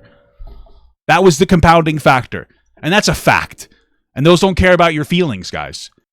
And they gave a lot of that money away, and you see what happened, and that's a real mess also. What happened? That we hope to be able to solve. But no, I appreciate your question very much. It's just, I feel I have an obligation to try and do something to stop the death. If I can answer. Wait, I'm sorry. You care about the death? Aren't you guys proposing cuts to Medicare and Medicaid and food stamps? You're talking about how you want people to not die, but you're going to cut funding? So, like, I want to understand this. If somebody actively gets shot, that's a death. But if we withhold resources that people depend on and they die of lack of resources, that's not killing somebody? Okay. Yeah. Yeah. I wish I could live in the most ignorant world in fucking world ever. I wish I could live there. Yes, if I can answer, sorry. Please. And I do like your clothing, by the way. Yeah, really? Even though I think he's a great guy, by the way. But I don't know if you two like each other. But you know what? I think no, that guy's there to suck your dick, Trump. That's why he said what he said. You know what? I'm going to give Trump a little bit of credit here. At least he's defending him on his uniform. Unironically, more than not even close to the bare minimum, but more than I expected from this fucking waste of space. I think I like this guy. I think he's dressed beautiful. So I have more serious things than answer on some questions. I will answer on more serious questions if I can. Yeah. So please. Okay. At least we have a nice little jovial moment here. About security guarantees and about just ceasefire. We can't just speak about ceasefire and speak. It will not work. Just ceasefire will never work because 25 times Russia has broken ceasefires in the past 10 years. I'm like a president. I have this experience, and not only me. Ukraine before my presidency, from the 2014, Putin broken 25 times. Yep. 25 times he broken his own signature. 25 times he broken ceasefire. But he never broke to me. He never broke. No, you were the president. Who cares? I don't understand. We have somebody who will break a ceasefire. I don't even know how to communicate this. It's like I have to talk to children. And it just blows my mind because, like, I've never felt like I've had to communicate that your word should matter before. Could you imagine being somebody where, like, your word doesn't matter? It's foreign to me. I was raised that if you say you're going to do something, then you do it. That's it. There was no complex thought about it. We didn't gaslight ourselves into being like, well, I don't have the energy today. We did it. If you say you're going to do something, you do that thing. All right? You're supposed to be a man of your word, right? This is supposed to be the party of traditional values. Putin broke his ceasefire 25 times. His word is worthless. That's it. He doesn't. Okay, that's it. All right. If some person lies about you one time, or 25 times, are you going to just be like, yeah, I'll give him a 26th chance? If you say yes, you're a stupid idiot person. And the reason you get taken advantage of is because you're stupid as fuck. Like, we live in, like, if somebody fucks me over once, maybe I'll give him one more chance. 25 times? Why would we ever try to barter a peace deal with Russia? Why would we ever do that? Why would we ever do that? Explain that. Explain to me. I want people to explain to me why why you think it would work, and why don't you think that your word should matter anymore? I'm just so curious about that. It's incredible. You were the president in 2016. You've been the president, Mr. President. You've been the president, but he. Yeah, true. He broke it during your presidency. Of course, not with you, but he had during those periods. He had conversations with our side, and we had Normandy format. You know, the France, Germany, Ukraine, and Russia, and he broken 25 times. That's why we will never accept just ceasefire. It will not work without security guarantees. Security guarantees. Maybe President is right about this document and other, but this document is not enough. Strong army is enough because his soldiers afraid, Putin's soldiers afraid of our soldiers when we're strong enough. If we are not strong enough, if we are empty, if our storage is empty, we can't defend our land. Today, you know, he knows that we have, all the world knows that we have meeting, yes? Why he's using ballistic? Putin today using ballistic on our hospitals, schools, and it says ballistic. Jesus Christ. Is that what he did? They used ballistic missiles on their fucking hospitals right during this time? So he knows that we are here and that President Trump is really have goodwill to stop this war. And you hear now the president. So why he's using? So he doesn't want to stop. He doesn't want. But I hope that we will do it. Really, we'll do it. Security, when we speak about security guarantees, when the Europeans are ready for contingents, they need... Oh, they fucking fired ballistic missiles? Right? Dude, Trump should see that as an act of disrespect. Why doesn't he interpret that very clear disrespect from Russia to America as disrespect? I wonder why. USA backstop. If there will not be United States, we will not never have any contingents, strong contingents from the Europeans, because they don't want to divide alliance, connection between the United States and the main and strongest ally. Oh, okay. and Europeans. And this is crucial, this is important. That's what we want to speak about very much. This is very important. And air defense.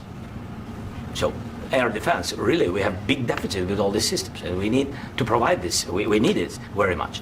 Otherwise, Putin will never stop, and will go further and further. He doesn't want. He hates us. You know, it's not about me. He hates Ukrainians. He thinks that we are not a nation. He thinks, and he shared these thoughts. I think maybe with your team also. I don't know, but with all the Europeans, in media, official and not, he always said that there is no such country, such nation, such language, and such life like Ukrainian. No. I think that's why that's why Russia tries to call it the Ukraine, because it's a way to like demean them and not consider them a country. That's why you say Ukraine, not the Ukraine. He really doesn't respect all the Ukrainians, and he wants to destroy us. And you are right, Mr. President. That's 2%. This document, maybe other documents, it's a very good start, very good, but it will not enough to stop this person. Should Russia pay to rebuild Ukraine? Mr. President, Should Russia pay to rebuild Ukraine? They have to pay. This is the rule. This is the rule of the war. This is the rule of the war. During all the centuries, all the history, this is the rule of the war. Who began, those pay. This is the rule. Putin began this war. He has to pay all money for fucking based innovation. He has to pay. Of course, some Russian assets, what we have in Europe, about 300 billion, we can use them. We can use for innovation and buy military support from the United States also. We can do it, but it's not enough. It's not enough. Wait, 1 second. I asked this question that you didn't like because I wanted to know if you want to position yourself in the middle between Russia and Ukraine or on the Ukraine side. No, I'm in the middle. I want to solve this thing. I'm for fucking coward. Both. I want to get it solved. And it's wonderful to speak badly about somebody else, but I want to get it solved. If we can solve it, great. If we can't solve it, they're going to have to fight it out, and who knows what's going to happen. But I want to see it World War III get solved. May I follow up? One more question about U.S. troops in Europe. After Russian invasion of Ukraine, your predecessor sent additional troops to Eastern Europe, including Poland, my country. Yeah. Are you committed to keeping these troops on the eastern flank of NATO in the future? I'm very committed to Poland. I think Poland has really stepped up and done a great job for NATO. So then why aren't you committed to Ukraine, bitch? You know, they paid more than they had to. They are one of the finest groups of people I've ever known. I'm very committed to Poland. What about Baltics? Poland. The reason why Poland is worried is because they're next. Unironically, you know, if Russia pushes through Ukraine, Poland is next. Fuck! I just closed it down. I was trying. Oh my god! I'm like an idiot. I'm like an idiot person.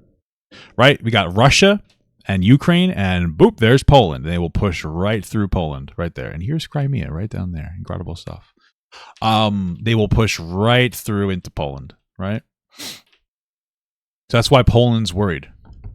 That's why it blows my mind, because I have fucking Polish family who voted Trump. I'm like, are you fucking, do you not care about your home country? Like, I don't understand it. It blows my fucking mind. It just blows my mind. Jesus Christ. Jesus. Poland's in a tough neighborhood, you know. What about the Baltics? The Baltics, they got a lot of, it's a tough neighborhood too. But we're committed. I don't think he knows what that is. Me neither, but I'm not the president. We're going to be very committed, and we're committed to NATO. But NATO has to step up. Did this motherfucker just talk about, like, dissolving NATO? And the Europeans have to step up more than they have. And I want to see them equalize, because they are in for far less than we're in. And they should be at least... Trump's talking about withdrawing from NATO. What? Am I wrong about that? Equal. You understand that? Why is the United States... We have an ocean in between. Why is the United States in for so much more money and other things as Europe? With that being said, as you said, they've also... Oh, maybe I'm wrong? ...been obviously very, very helpful. But we have put in far more than they have. And I think they should equalize. Mr. President, please go ahead. About the agreement again today, what changed between the first time that Secretary Bessent gave President Zelenskyy the agreement and today for the signing? We made a deal. So what was I'm just, I'm a business person. We made a deal. That's what changed. I didn't think we were going to make a deal. And we ended up making the deal, so that changed. Mr. President, why and how do you envision a trilateral summit with President Zelenskyy and Putin? I don't know, but well, they don't like each other. I can tell you that. Yeah, no kidding. They do not like each other. It's not a love match. And it's unfortunate. That's why. I love how there's all these conservative virtue signaling about how, like, Zelensky's didn't wear a suit. And you guys are laughing at, like, jokes about how they don't like each other. Of course not. Dude, could you, unironically, Could you imagine having to sit in a room with the person who is murdering the citizens of your country every single day, who occupies 20% of your country, who invaded your country, who doesn't see your country as a country, who dehumanizes you fundamentally as a person? And you have to sit down and have a peace negotiation because the United States wants to cower out like a bunch of fucking pussies and be like, we don't want to commit any more help to you. Because, you know, I got to jingle keys in front of my idiot audience. It's like, Trump does things. I could do things too. I could take my fucking dick out and piss all over myself. Does that mean that I did a productive thing? Pulling out of this war doesn't help us. It doesn't make anything better. It allows Russia to push further, take over parts of Europe, and to try to engage in some kind of fucking global catastrophe. What are you talking about? It's insane. What are you talking about? But people love jingling keys. You're a bunch of fucking babies. You love jingling keys. You love it. Trump does a thing. Trump came in and he said some words. Oh, all those complaints about fucking eggs are gone. All those complaints about how the inflation is bad are gone. I know they're worse now, but guys, the keys are jingling instead of every day and just going on Twitter and being obsessed with hating Biden, because that's why they're so outraged, right? Americans are outraged because they literally can't, the far right-wingers, they just can't get off Twitter. Now they're just so happy because their feed's full of like, Trump is amazing. Did you hear what Trump just did? He just farted next to a woman. Oh, the lib. We fucking own the libs, dude. Hey, Trump, he gets rid of suicide hotlines for military vets. That's fucking based. That's fucking based, dude. It's so fucking based. What? You're in this situation. The United States should not have allowed this to happen. Okay? What does that mean? The United States, run by a man that didn't know much. I'm going to be very nice. Dude, you were president for 4 fucking years during this conflict. What is he talking about? Run by an incompetent person, very incompetent person, should never have allowed this to happen. I've stopped wars. I've stopped many wars. Like people will tell you, I stopped wars that nobody ever heard about. I stopped wars. Yeah, that's the only ones he stopped. Before they ever started. You can look what at the fuck are you talking about? I could give you a lot of nations that would tell you right now they were probably going to war. I could tell you right now there's a nation thinking about going to war on something that nobody in this room has ever even heard about. What the fuck? Is this Gossip Girls? Is this a new? Did we sell out even further and make a new fucking Netflix Mean Girls show? Oh, I saw. Hey guys, check this out. Did you know that as president you know things that others don't? Oh, fuck! I never would have thought that, Trump. Holy fuck, educate me, please. Dude, I'm going to go blind. What are you talking about? No kidding. No kidding, Trump, that you know about things that we don't. Isn't that not the president's job? To know things that we don't and make decisions that we are not privy to because they're national security risks if he does? Is that not... No kidding, huh? Wow. Incredible. Thank you so much. You're so smart. Incredible. 2 smaller nations, but big, still big. What? And I think I've stopped it. The fuck are you doing? Why? Like this? You can't even keep a secret with this guy. But this should have never happened. About sorry, just a second. About any negotiations. First of all, I want really to tell you, and I think that everybody understands that Ukraine, more than Ukrainians, nobody wants to stop this war. But at the future, any negotiations, it's understandable that 2 sides of the war, not Russia and the United States, because this is not the war between Russia and the United States. This is war of Russia against Ukraine and Ukrainian people. So these 2 sides will be at the negotiation table. Then of course United States, like the strongest partner of the Ukraine, and of course Europe. I think Europe is very important. I want to speak about it with the president. Yes, Europe is very important for us because we really defend Europe for today. All Europeans really recognize that we are defending line, and they have real life. And yes, they are like the last line of defense. Yes. While people are dying, that's why they helped us. And also, it's about the NATO. Yes, between, like the president said, you have big, nice ocean. Yes, between us. But if we will not stay, Russia will go further to Baltics and to Poland, by the way. But first to the Baltics. It's understandable for them because they've been in the USSR. You know, they've been one of the republics of the USSR, and Putin wants to bring them back to his empire. It's a fact. And when he will go there, if we will not stay, you will fight. Your American soldiers It doesn't matter. Do you have ocean or not? Your soldiers will fight. Yeah. Mr. President, would you be willing to visit Ukraine, maybe Kyiv or Odessa, which is going to be a third year of Black Sea? It was my question. I'm sorry. I don't want to talk about Odessa now. Let's not talk about Odessa. I want to talk about making a deal, getting peace. We don't have to So is that like a no? He's not going to go visit, or what's up? talk about Odessa. Trump, wait. Oh, you know what I figured out? Trump just wants to wait for Ukraine to get fucking demolished so he can build Trump Ukraine, Trump Gaza. This is what we do now. We are the president of the United States, and we put out AI videos of fucking taking over other territories and putting up Trump buildings while Elon Musk eats fucking shit out of a coconut. It's incredible. I actually shit in my pants while listening to it. But a lot of cities have been destroyed. A lot of cities that are not recognizable. There's not a building standing. No, and a lot of things Mr. have President, you have to come and to look. No. We have very good cities. Yes, a lot of things have been destroyed, but mostly cities alive and people work and children go to school. Sometimes it's very difficult. Sometimes closer to front line, children have to go to underground. So just to be clear, the reason that Zelensky, so Trump is trying to, I don't even know the angle. Trump is just a fucking weirdo. And he's like, hey, it's horrible over there and we need to end the war. That's why he's saying it. Everything is terrible in Ukraine. We have to end the war. That's what Trump was trying to do. I doubt it's that true. I'm sure that there are areas there that are fucked. But even if that's true, what you have to do here, you can't show weakness to Russia. Oh, everything is in such a bad spot. Everything is bad, blah, blah, blah, blah. Zelensky's like, no, it's really not that bad because it's a show of strength. Even if it's not true, you have to say, no, it's really not that bad. Because what are you going to do? Like, yeah, Russia's really fucking us in the ass right now. Oh, yeah, great. Why don't we just announce that? It's a show of strength. Things are good. People are going to school. People still carry out their day-to-day lives. Things are going well. There are problems we're still managing. That's the message that needs to be displayed to Russia. On schools or online, but we live. Ukraine is fighting and Ukraine lives. This is very important. And maybe it's Putin is sharing this information that he destroyed us. He lost 700,000 people. 700,000 soldiers. He lost everything. Yes. Wow. So, Mr. President, more. I just Please go ahead. When did you last speak with President Putin, and what did he say? A couple of days ago. And what did he tell you that gave you the assurance that he wanted peace? Well, that's what I do. My whole life is deals. I know pretty good. And I've known him for a long time. I've dealt with him for a long time. Wow. He had to suffer through the Russia hoax. You know, Russia was a hoax. It was all Biden. It was nothing to do with him.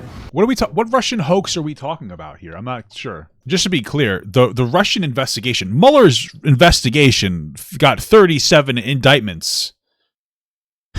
Like, we have this weird thing in our mind where we didn't factually find out that Russia wanted Trump to win in 2016. They did. And this is why we see Trump as a weak, pathetic fucking coward when it comes to Russia. Was there collusion? No. Did Russia want Trump to win? Yeah. Yes. We knew that for a fact. They were running massive disinformation campaigns to get Trump to win. Because they thought that he was weak and could play ball. And, oh, look who's right. They're right. They're playing Trump. Trump has such a big ego. He thinks he's going to be the one to end this conflict. You remember when he thought the same thing with North Korea? How did that go?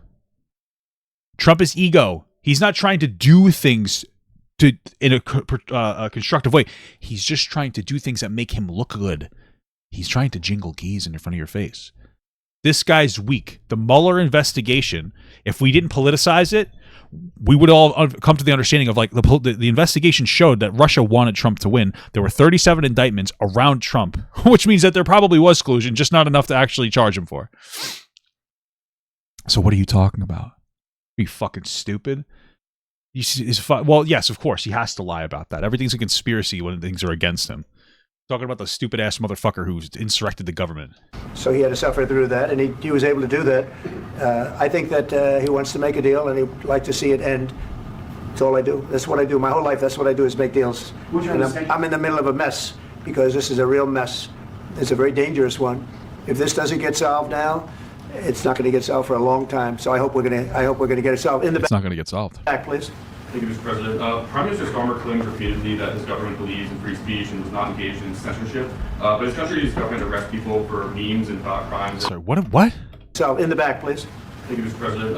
Prime Minister Starmer claims repeatedly that his Wait. What?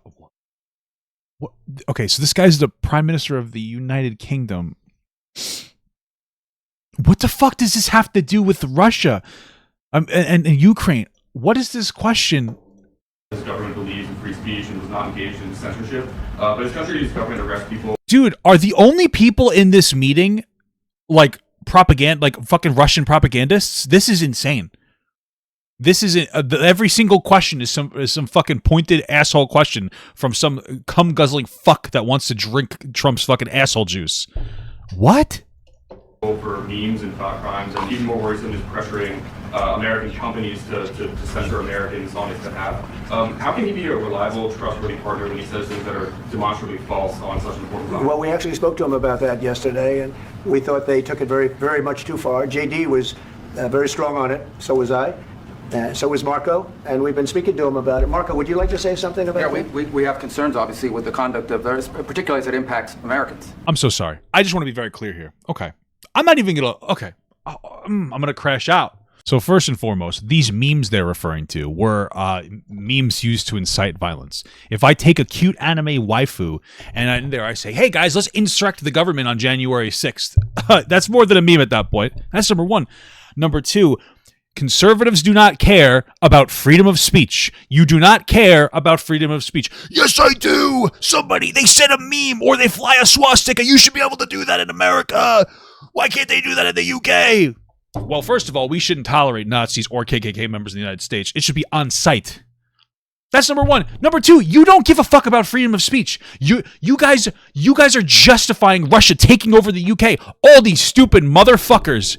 All these motherfuckers do. All conservatives do is cry and bitch and moan about how Ukraine started the conflict. They didn't. About how Zelenskyy has a 4% approval rating. It's 56. About how we need to end this war. But in Russia, they fucking kill political opponents. Is that freedom of speech? When you have a dictator for president for 20 years, do you think that's freedom of speech? Is that how freedom of speech works? That's so interesting. You guys will eat shit from fucking Russia. They kill political opponents. But you're upset because somebody got arrested for memes for inciting violence? Wow. You don't care. Conservatives do not care about any of their values. None of them. They don't care about freedom of speech because they fucking buddy up with Russia. They don't care about stand your ground laws or else they would fucking support Ukraine. They don't care about community or else they'd be more in support of building positive, bountiful alliances with other people. They do not care. They don't care about life because they don't give a shit about fucking healthcare. And they're sitting here and they're desperately trying to cut down on Medicare, Medicaid, Social Security, and fucking food stamps. They do not care. The Conservative Party is a fucking ghost of what it used to be because at least they would care about some of these things, but none of you care. All you guys do is virtue signal. You virtue signal always. That's all conservatives do. It's a virtue signal every single day of their lives. There's nothing consistent from anything that they'll say. Not a single thing. Even the fucking trans panic. Oh, trans people, they're crazy. You believe in a fucking imaginary friend. Zero. There is zero consistency in any of their beliefs. Conservatives don't care. This sounds like a generalization. We voted in a violent insurrectionist. There is no more. This is a generalization. I don't give a fuck anymore. Okay, you either are a moron. You either believe the constant fucking disinformation coming out of this fucking moron White House, or you're a useful idiot. That's all it is. You don't believe in any of your core values. You voted like shit. You guys are dumb as shit. I don't know what to tell you. That's just what it is. That's just where we're at. And there's real concern that American speech, which is online, could fall into the hands of British or any country's jurisdiction. What? And so this is a point the fuck are you talking about? We live here. The President made at Munich, and I think it's a very compelling one that what unites us with Europe, as much as anything else, is these shared values, and one of them being free speech. What unites us with Russia, asshole? And so if Americans are threatened by it, we're going to need to take action in that regard. Shut the fuck up. It's actually a very important question. It's really not. It's actually the least important question, and you don't care about it at all. We spoke about this in detail with the Prime Minister, the Foreign Secretary, and others at lunch yesterday, and I know that Secretary of Commerce Lutnick followed up in private meetings last night. This is really important. We believe Americans have the right to speak their mind, even if we in this room disagree with them. They have the right to speak their mind. If Americans are posting memes about causing violence, then you get arrested in America too. In the public square, which is often online these days. And we're going to defend that right as it pertains to American companies and American citizens vigorously if we have to. I do think that under the President's leadership, we're going to find common ground with our friends in the UK on this question, but it remains to be seen. The principle that will guide us is we believe in free speech in this country and we'll fight for it for American citizens. Mr. President, on the deal, is there any other oil and gas component to the deal? Is it all critical? A little bit. We'll see. On LNG? But we're not really looking for that so much. We got a lot. We have more than anybody in the world, by far. So no, we're not talking about it too much, but a little bit. I think it affects also, but for the most part, no. And sir, is there any agreement from Ukraine to purchase U.S. LNG as part of the deal, or is that on the table at all? No, we don't need that. Mr. President, I just wanted to ask you about, you just mentioned that you'd spoken to Vladimir Putin a couple of days ago. Just to be clear, that's a new call, not the one that you... I've spoken to him on numerous occasions. Okay, and how was the latest call? What did you discuss?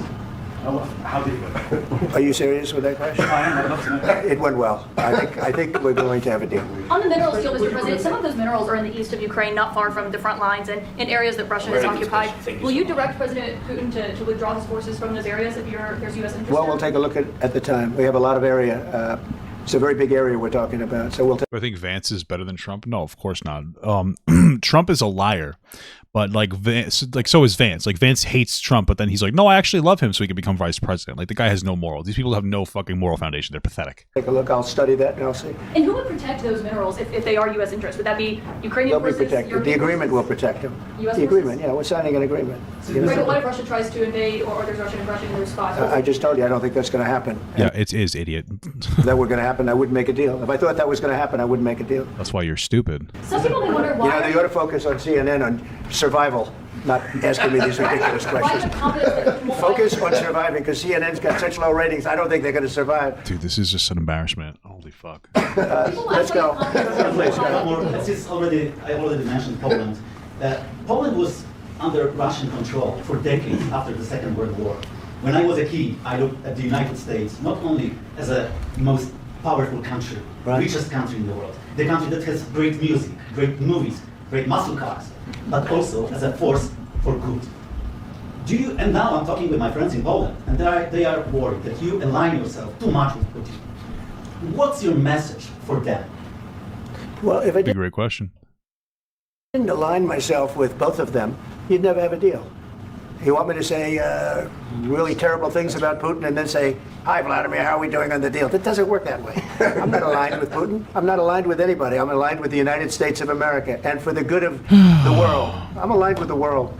And I want to get this thing over with. You see the hatred he's got for Putin. It's very tough for me to make a deal with that kind of hate. He's got tremendous no kidding. Hatred. And I understand that, but I can tell you the other side isn't exactly in love with, him either.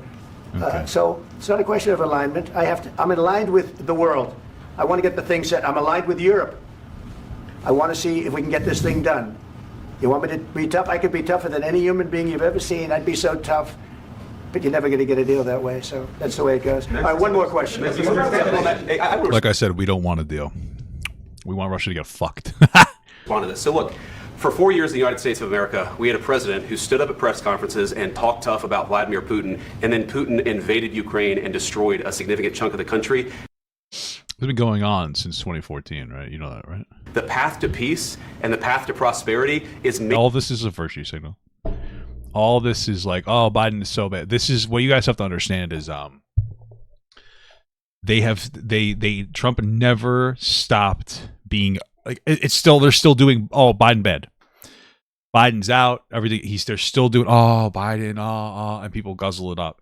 Maybe engaging in diplomacy. We tried the pathway of Joe Biden of thumping our chest and pretending that the president of the United States' words mattered more than the president of the United States' actions. But the actions were supporting Ukraine, and Russia's getting fucked right now. What makes America a good country is America engaging in diplomacy. That's what President Trump is doing. We don't engage in diplomacy with criminals. Sorry. Although we did elect one, so actually maybe I'm wrong. Sure. Yeah. Yeah. Okay.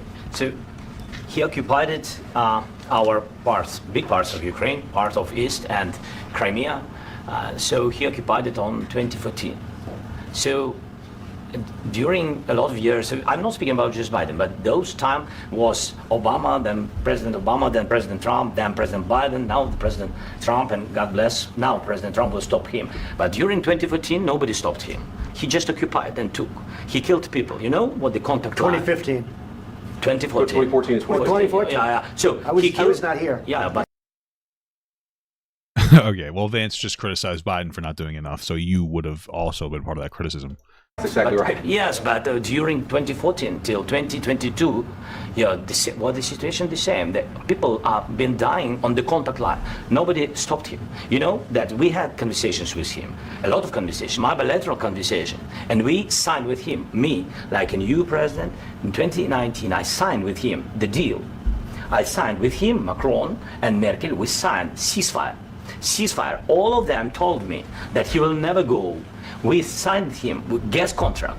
Yes, but after that, he broken this ceasefire. He killed our people, and he didn't exchange prisoners. We signed the exchange of prisoners, but he didn't do it. What kind of diplomacy, JD, you are speaking about? What do you mean? I'm talking about the kind of diplomacy that's going to end the destruction of your country. Yes, but Virtue signal time, baby. It's not a virtue signal. The end of it's not going to end the destruction. Here's the deal that we can propose to America to do this. Hey, Russia. You fuck off. You give all the land back. You stop attacking, okay? And then here's what we do. We say, Zelenskyy, we want half of your mineral resources. Right? Just hear me out. Half of the rights to that. But if Russia invades after the ceasefire, like they've done 25 times in the last decade, we'll give it all back to you, and then we will fuck them up. There you go. There's your ceasefire proposal. Mr. President, with respect, Mr.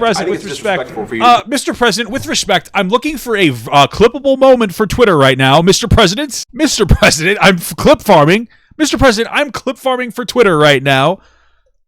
Mr. President, you've been showing Elon Musk a little too much favorability. I'm your vice president. He's got more airtime. Mr. President, guys, put this one on Twitter.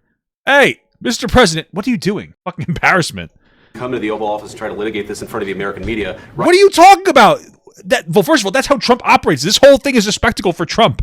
Right now, you guys are going around and forcing conscripts to the front lines because you have manpower problems. You should be thanking the president for trying to bring it into this conflict. Have you ever been to Ukraine? That you say what problems we have? I have been to. Come once. I've actually watched. The answer is no.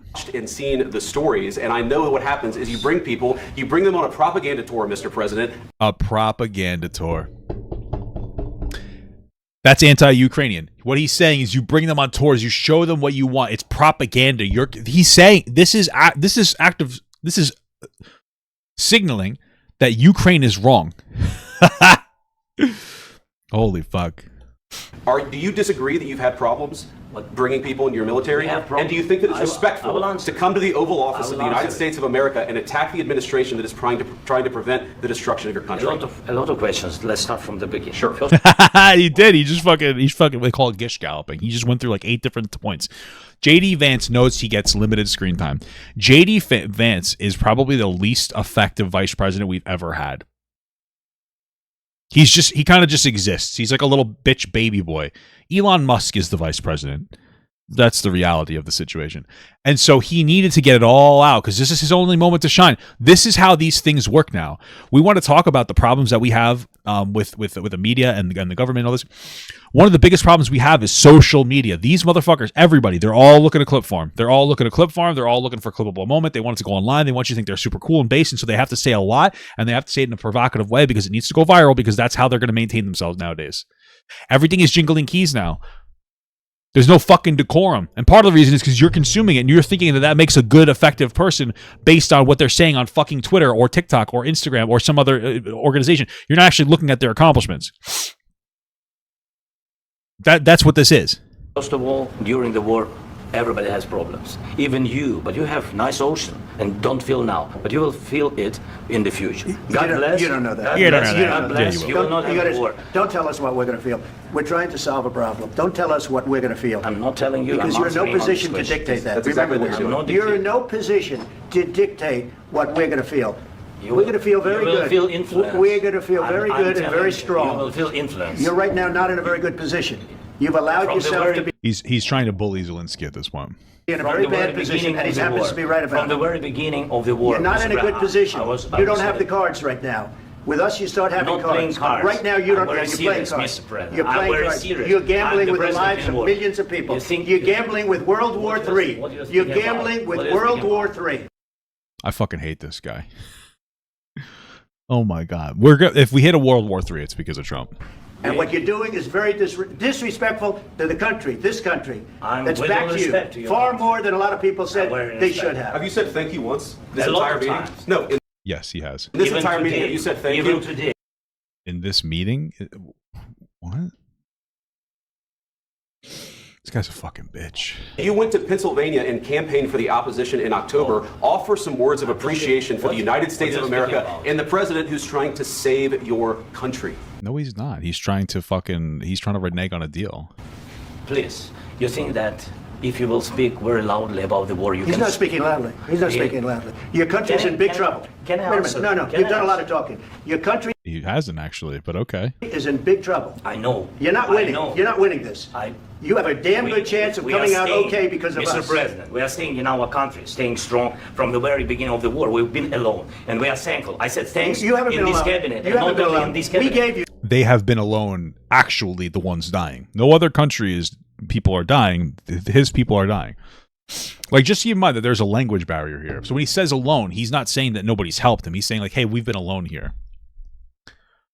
Like, it's been just us fighting back. And, like, obviously they're thankful for the resources because they've thanked everybody. I know after this, fucking Zelenskyy went out and started thanking everybody individually on Twitter, but... You through this stupid president, $350 billion. We gave Nobody gave you them $350 billion. you military equipment, and you men are brave, but they had to use our military. If you didn't have our military equipment, have our military equipment, this war would have been over in 2 weeks. In 3 days, I heard it from Putin. In 3 days. This is something new. Dude, I don't know if you caught what just happened there, just to be clear. Okay, so this is a very precarious situation. Okay, Trump is obviously a big, dumb, fucking bully piece of shit that loves Russian cum, and Zelensky's there to appeal to the world stage because that's how Trump likes to do everything, is a constant, like, appeal to everybody. Jingle keys in front of you. That's what he likes to do. Zelensky's here to try to advocate for his country and more resources to be able to help them keep, Russia out of 20% of their country, which they already occupy. And Trump plays businessman. Oh, we do all this for you. Yada, yada, yada, yada, yada. You wouldn't have lasted without us. Okay.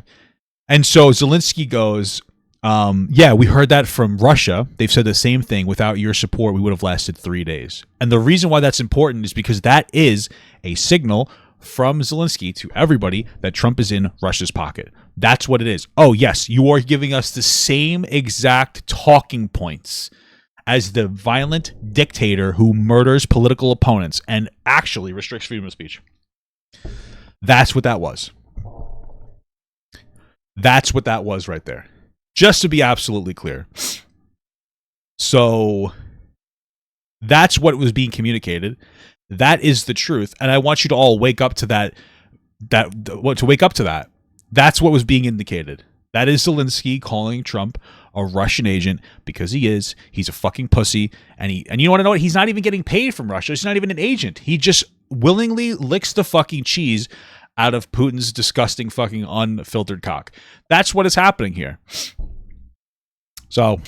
In 2 weeks, of course he has. It's going to be a very hard thing to do business like this. Again, I tell you. just say thank you. I said a lot of times. This isn't business. American people. Accept that there are disagreements, and let's go litigate those disagreements rather than trying to fight it out in the American media when you're wrong. You guys invited Russia to this, and you're virtue signaling, oh, American media. Like, everybody who's talked have been fucking absolute idiot morons that are just there to, like, appease Trump. That's number one. Number two, you let a Russian media organization in. Is this really the American media? Interesting. We know that you're wrong. But you see, I think it's good for the American people to see what's going on. I understand, sir. I think it's very important. That's why. You want to know? That's just so funny. Vance just went on an entire tirade taking as much time as he could possibly take because Elon Musk is basically vice president. And then he makes this whole point of, you're just doing this as a show of force in front of the media to try to bully us. And Trump's like, well, I actually kind of like it that we're doing it like that. So J.D. Vance's entire appeal to Trump gets completely wasted away in that moment. Vance realizes it, and he realizes that he's going to have to go and sleep in the doghouse again. Kept this going so long. You have to be thankful. You don't have the cards. You're buried there. Your people are dying. You're running low on soldiers. Listen, you're running low on soldiers. It would be a damn good thing. And then you tell us, I don't want a ceasefire. I don't want a ceasefire. I want to go, and I want this. They violated the ceasefire 25 times. Look, if you could get a ceasefire right now, I tell you take it so the bullets stop flying and your men stop getting killed. Of course, we want to stop the war. But you're saying you don't want a ceasefire? But I said to you, I want a ceasefire. with guarantees. Because you'll get a ceasefire faster than an agreement. Ask our people about ceasefire, what they think. That wasn't with me. For you what that wasn't with me. They were, in fact, also with... Okay. There were a lot of ceasefires under Trump's presidency. That was with a guy named Biden who was not a smart person. And also you were president for 4 years during this conflict. This started in 2014. That was with Obama. It was your president. Excuse me. That was with Obama, who gave you sheets, and I gave you javelins. Yes. I gave you the javelins to take out all those tanks. Obama gave you sheets. In fact, the statement is Obama gave sheets and Trump gave javelins. What the fuck are you talking about? You got to be more thankful. Because let me tell you, you don't have the cards. With us, I'm telling you right now, I don't think I could be president because I don't think I can hold my anger in. You have the cards. But without us, you don't have any cards. One more question to Mr. Vice President. I'm sorry. It's going to be a tough deal to make because the attitudes have to change. What if Russia breaks ceasefire? What if Russia breaks peace talks? What do you do then? I understand that it's a heated conversation right now. What are you saying? She's asking that inevitably when Russia breaks the ceasefire, will you resign as president of the United States? I mean, what else is there? They're going to break. Actually, they might not break the ceasefire because they love having Trump in office because that's his puppet. She's asking, what if Russia breaks the ceasefire? Well, what if anything? What if a bomb drops on your head right now?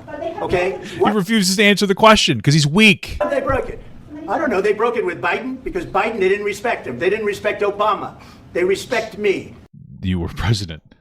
Let me tell you, Putin went through a hell of a lot with me. He went through a phony witch hunt where they used him and Russia. They're friends. They're friends. They're friends, guys. They went through a lot with me. He's friends with the dictator that murders political opponents. That's incredible. I'm shitting my pants. We went through a lot together. We went through the witch hunt hoax. That were 37 indictments, by the way. 37 indictments around Donald Trump and his people for lying about their involvement with Russia. But we don't need it. It was a hoax. It was a fucking hoax. 37. Oh, sorry, not 37. It was all a hoax, guys. That's why we found factually Russia was shooting massive disinformation campaigns to get me elected in 2016. They did that. That's a fact. It's uncontestable fact. This is a fact. You were like this is a fact. Oh, guys, we're best friends. They're listening to a president of the United States talk about how they're friends with a murderous dictator that occupies 20% of one of our allies. That's insane. This is insane. This is pathetic. And you want to know what? And you want to know what? All conservatives will cry like little bitches if they heard that. That's not true. Donald Trump told me that this is... There's no facts that come out of this fucking loser's mouth. What are you talking about? We're a joke as a country. We're a joke.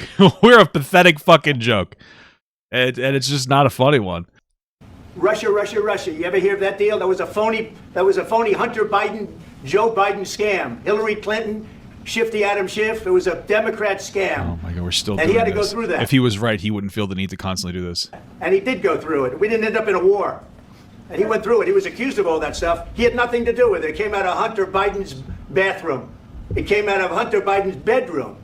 It was disgusting. First, they're obsessed with Hunter Biden's cock. Now they're obsessed with Putin's cock.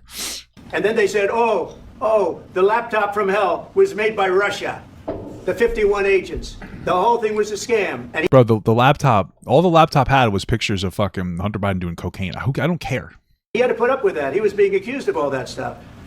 All I can say is this. He might have broken deals with Obama and Bush, and he And you too, yeah. might have broken them with Biden, he did, maybe he didn't. I don't know what happened. You don't know what? Are you just completely ignorant of what happened in those 4 years? Oh, you're right. He was too busy campaigning once he lost, justifiably. He's focusing on hating Biden. It still hasn't left him. But he didn't break him with me. He wants to make a deal. I don't know if you can make a deal. The problem is, I've empowered you to be a tough guy.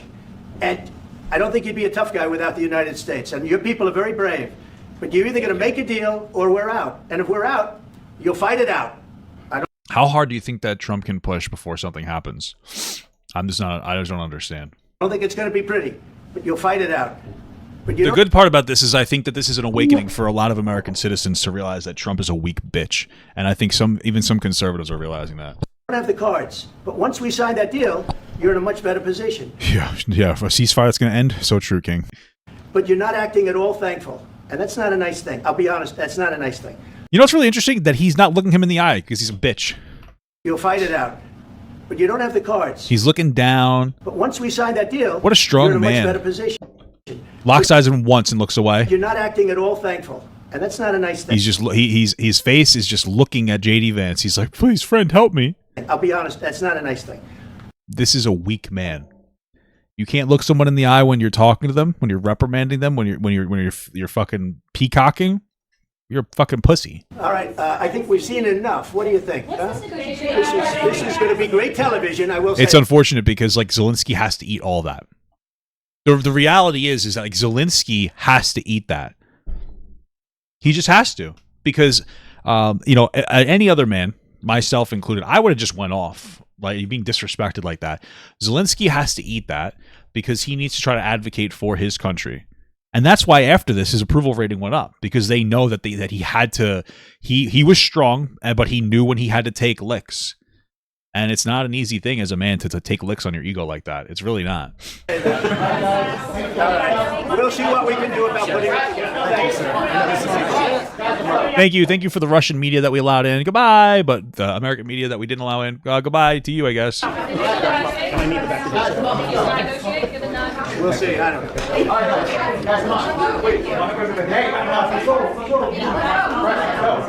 Guys, come on. Let's move, please.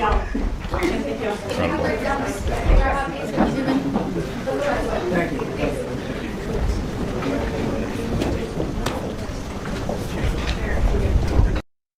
All right.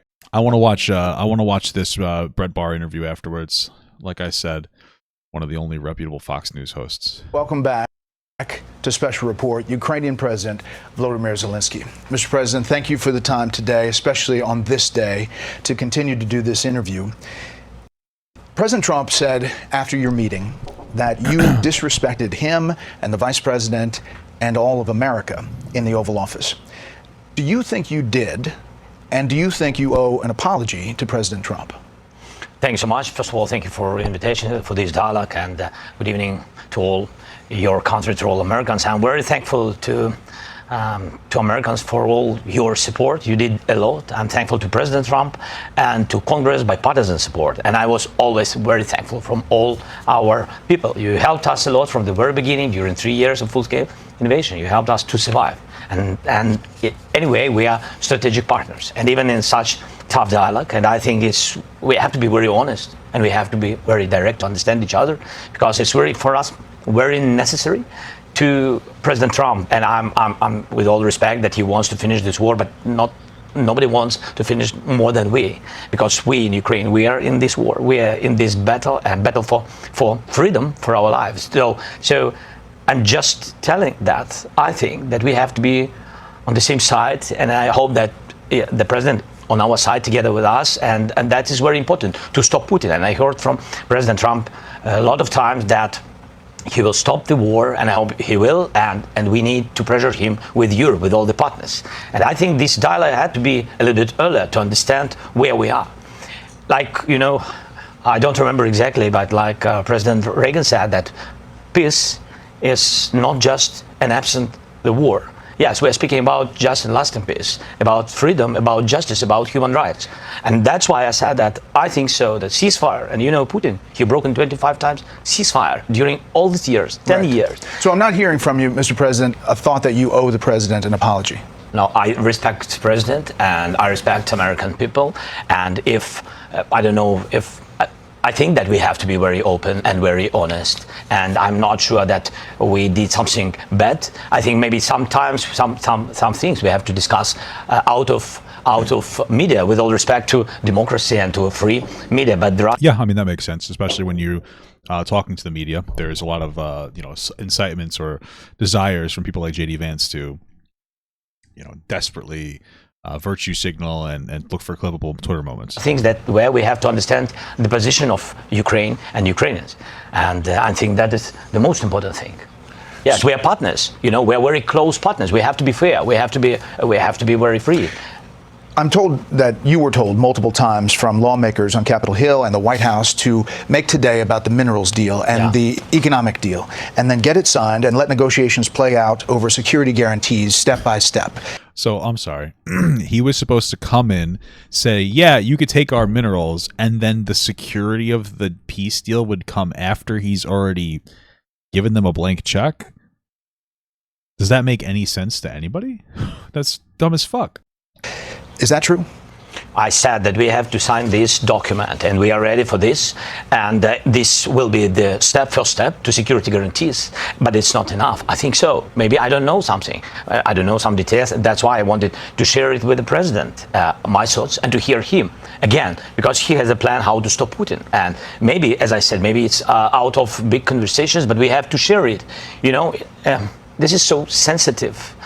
Just a ceasefire without security guarantees. This is so sensitive for our people. I'm speaking like a president of a people who are in the struggle 3 years, and they just want to hear that America on our side, and that America will stay with us, not with Russians, with us. That's it. But I'm sure that it will be. This is the first step to security guarantees. Europeans, we don't need to lose them. They are good allies for the United States. The United States is the most or the biggest donator of support and of peace. But we don't need to lose Europe. And they also want to know next steps. We have to be very open to understand how to stop the war. Right. But do you think the public spat in the Oval Office in front of the media served Ukrainians well today? No, obviously not. But he did the best that he could given the situation where he was put up with Trump. I think this kind of spat is this is not good for both sides anyway. And I very open, but I can't change our Ukrainian attitude to Russia. And I don't want they're killers for us. This is very, very clear that Americans are the best of our friends, Europeans are the best of our friends, and Putin with Russian, their enemies. And it doesn't mean that we don't want peace. We just want to recognize the reality, the real situation. President Trump is convinced that you will never sign a deal with Vladimir Putin. Is he right? No, I think so. What I think. Ukraine wants peace, and we will have anyway diplomacy. We will have negotiations. I only said that. I think so. It's about just and lasting peace. It means that we have to be very strong at the table of negotiations, and at these negotiations, Ukraine and Russia, like sides of this war, have to be, and the United States and Europe. That's what I said. So we are ready for peace, but we have to be in strong position.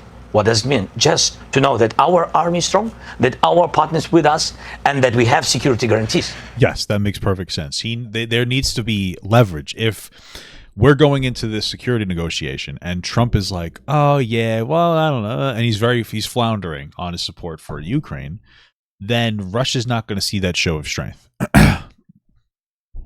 So they have to go into it like, yes, we have these guarantees. If you don't sign some kind of a deal, we're going to fuck you in the ass, right? That's what that's the idea.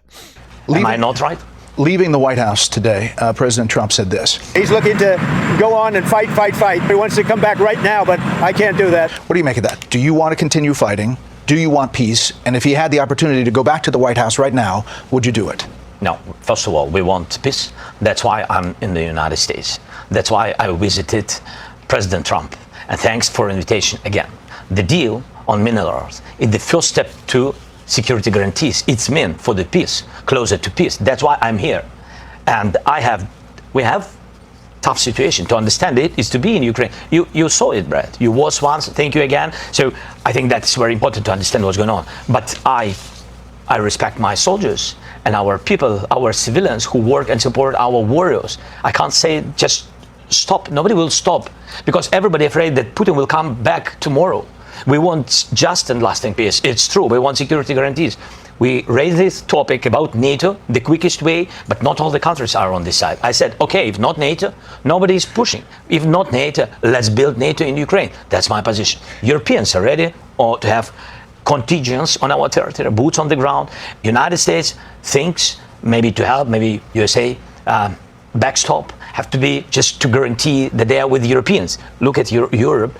It's strong. It became stronger, but they also want to have allies like the United States. That's what I said. I just want to understand what the peace. It's not my question, Brad. This is the question from all our people. You mentioned when I traveled to the front lines with you last year to see the situation, to mark the anniversary of the war, and this is what you told me back then.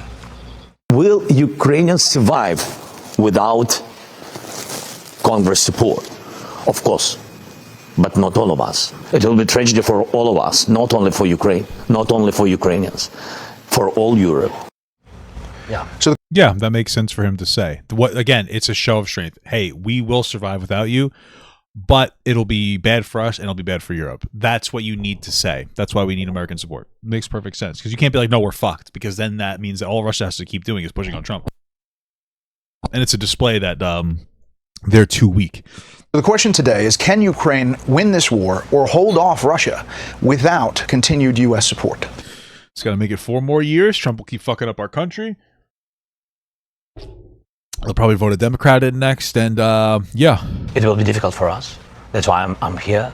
That's why we speak about the future negotiations. It will be difficult without your support, but we can't lose our values, our people. We can't lose our freedom. So a lot of people, Russians came to our territory, you know it. Russians came to our houses, and everybody saw it, video, images, a lot of things. They killed so many people. Just to forget it, just to say that Putin is a great guy? No, without us. We don't want it. That's why we speak about, everybody remembered how it was the first days of the war, how they came. Nobody wants in Ukraine, yes, of course, nobody will forget it, but nobody wants to have, again, new wave of occupation. That's why when we say, no NATO, what security guarantees can we have? I'm not pushing, we are not pressuring, we're just asking, we're just sharing very clear messages to our friends, to Americans. Right. If you stay with us, thank you so much, but let's do the infrastructure of security guarantees. Let's just share with our people, that America, stay with us. That's great. We count on it, but just to share it and to say it, that's all. How does the war end? How do you get to a deal? You're at a place right now where there is no deal. How do you get it back on track? There may just never be a deal. I think that's something that we have to kind of get, we kind of just have to come to terms with. There might just never be a deal because of the nature of the situation. Think that Europe is ready for contingents and to help us with financing of big army, such big as we have now. This is our army, the part of security guarantees. Now we want to find the place for our biggest strategic partner, for the United States, or United States will propose where and how United States will give us security guarantees, what kind of and what part of volume of security guarantees. And when we will be ready with this, we will come to diplomacy. Yes, with Russians, Europeans, United States, and we, 4 of us. I think this is real way, because with weapon it's too long, it's not enough. We don't have enough weapon to push them out, and we don't see now, for now, we don't see really big volume of new support from the United States, but with all respect again. So for today, we'll be ready with security guarantee. Really, when I say NATO, it's not about that we are focusing on this word. It's about very understandable infrastructure of security guarantees. And you see that no NATO countries, for today, no NATO countries been under attacks. Senator Lindsey Graham, Republican from South Carolina, he has been a big proponent of you and of Ukraine, said this today. Well, that's good. Today after the meeting. I have never been more proud of the president. I was very proud of J.D. Vance. What are you, fucking coward loser? Standing up for our country. This guy looks like he looks like shit. Why? How the fuck does he get elected again? To be helpful. What I saw in the Oval Office was disrespectful, and I don't know if we can ever do business with Zelenskyy again. Just to be clear, big Zelenskyy supporter up until now. This is why the Republican Party is a fucking shit show, because all Trump has to do is fucking snap his fingers, and these people will bark. They're dogs. They're fucking dogs. People will often criticize progressives because they're not as Democrats aren't as organized.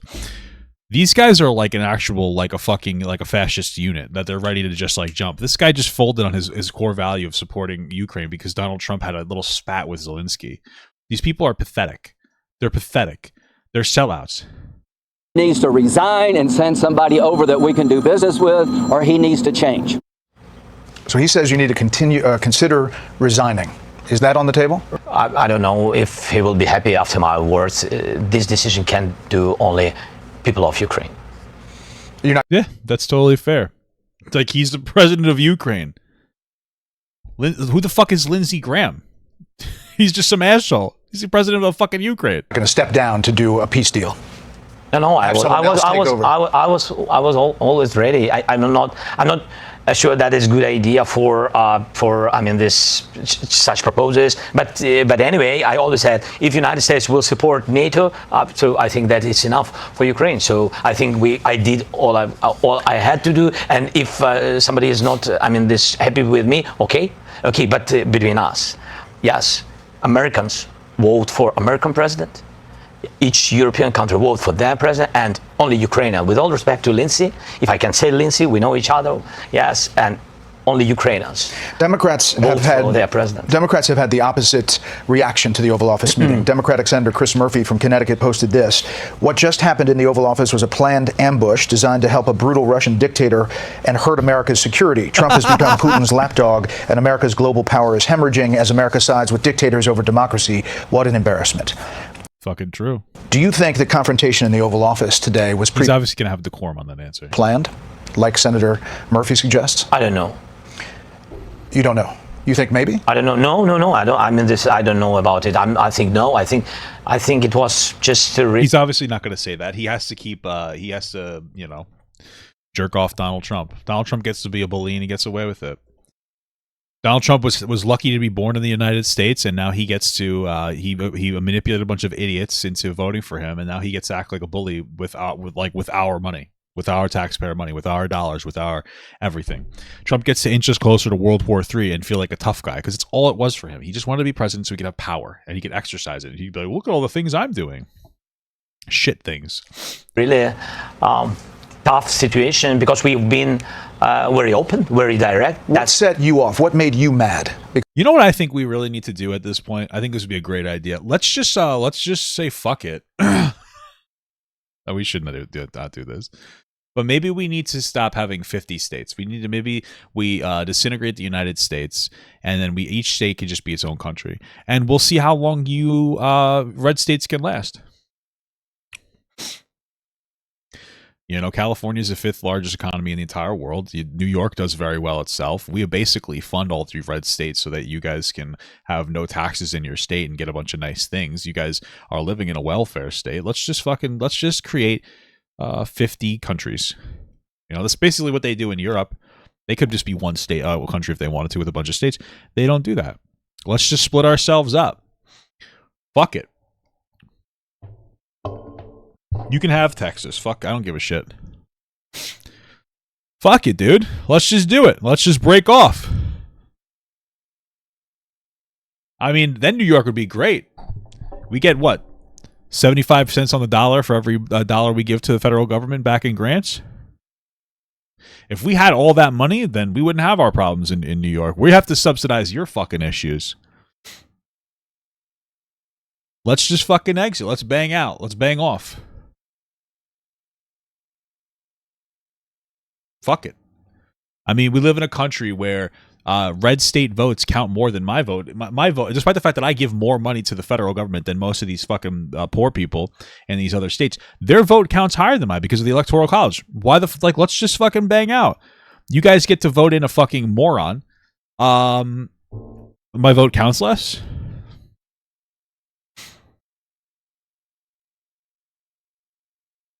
Let's do it. Let's fuck out of here. And if you're somebody who wants to come to our country, New York, yeah, I'll fund you. Don't worry about it, dog. Come out here. We'll start a business together. All right? It'll be good. Because they said your tenor and tone it's not about mad. It's not, Brad, how to say, when you are in the United States, and for example, president or vice president or somebody or senators, it doesn't matter, big politicians, yes? When they, for example, say that Ukraine is almost destroyed, that our soldiers run away, that they are not heroes, that Ukraine lost millions of civilians, that his president is dictator, you know? What is the reaction? It's not about me. The reaction is that where is our friendship between Ukraine and the United States? That's it. This is feeling. I mean, yeah, like on the lead up to this, you know, Trump is pushing out conspiracy theories that Zelenskyy only has 4% approval rating, and that he won't cede power because he wants to be a dictator. They're calling Trump called Zelenskyy a dictator, and we won't call Putin a dictator because they don't have elections right now because they're in the middle of a war. Like, who would think that you'd want to stall elections during a war? What a crazy concept.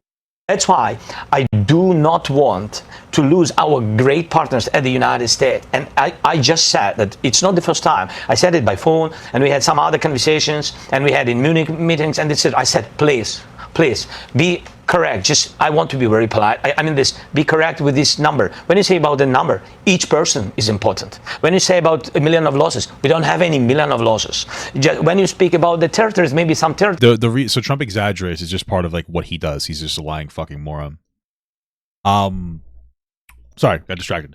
The point I was making is that when Trump exaggerates, it's part of his thing. He exaggerates, but that's a show of weakness for Ukraine to Russia. So when he's exaggerating, like, oh, they're doing so bad, this is happening, that's happening, this is blah, blah, blah, blah, blah, blah, blah, blah, blah.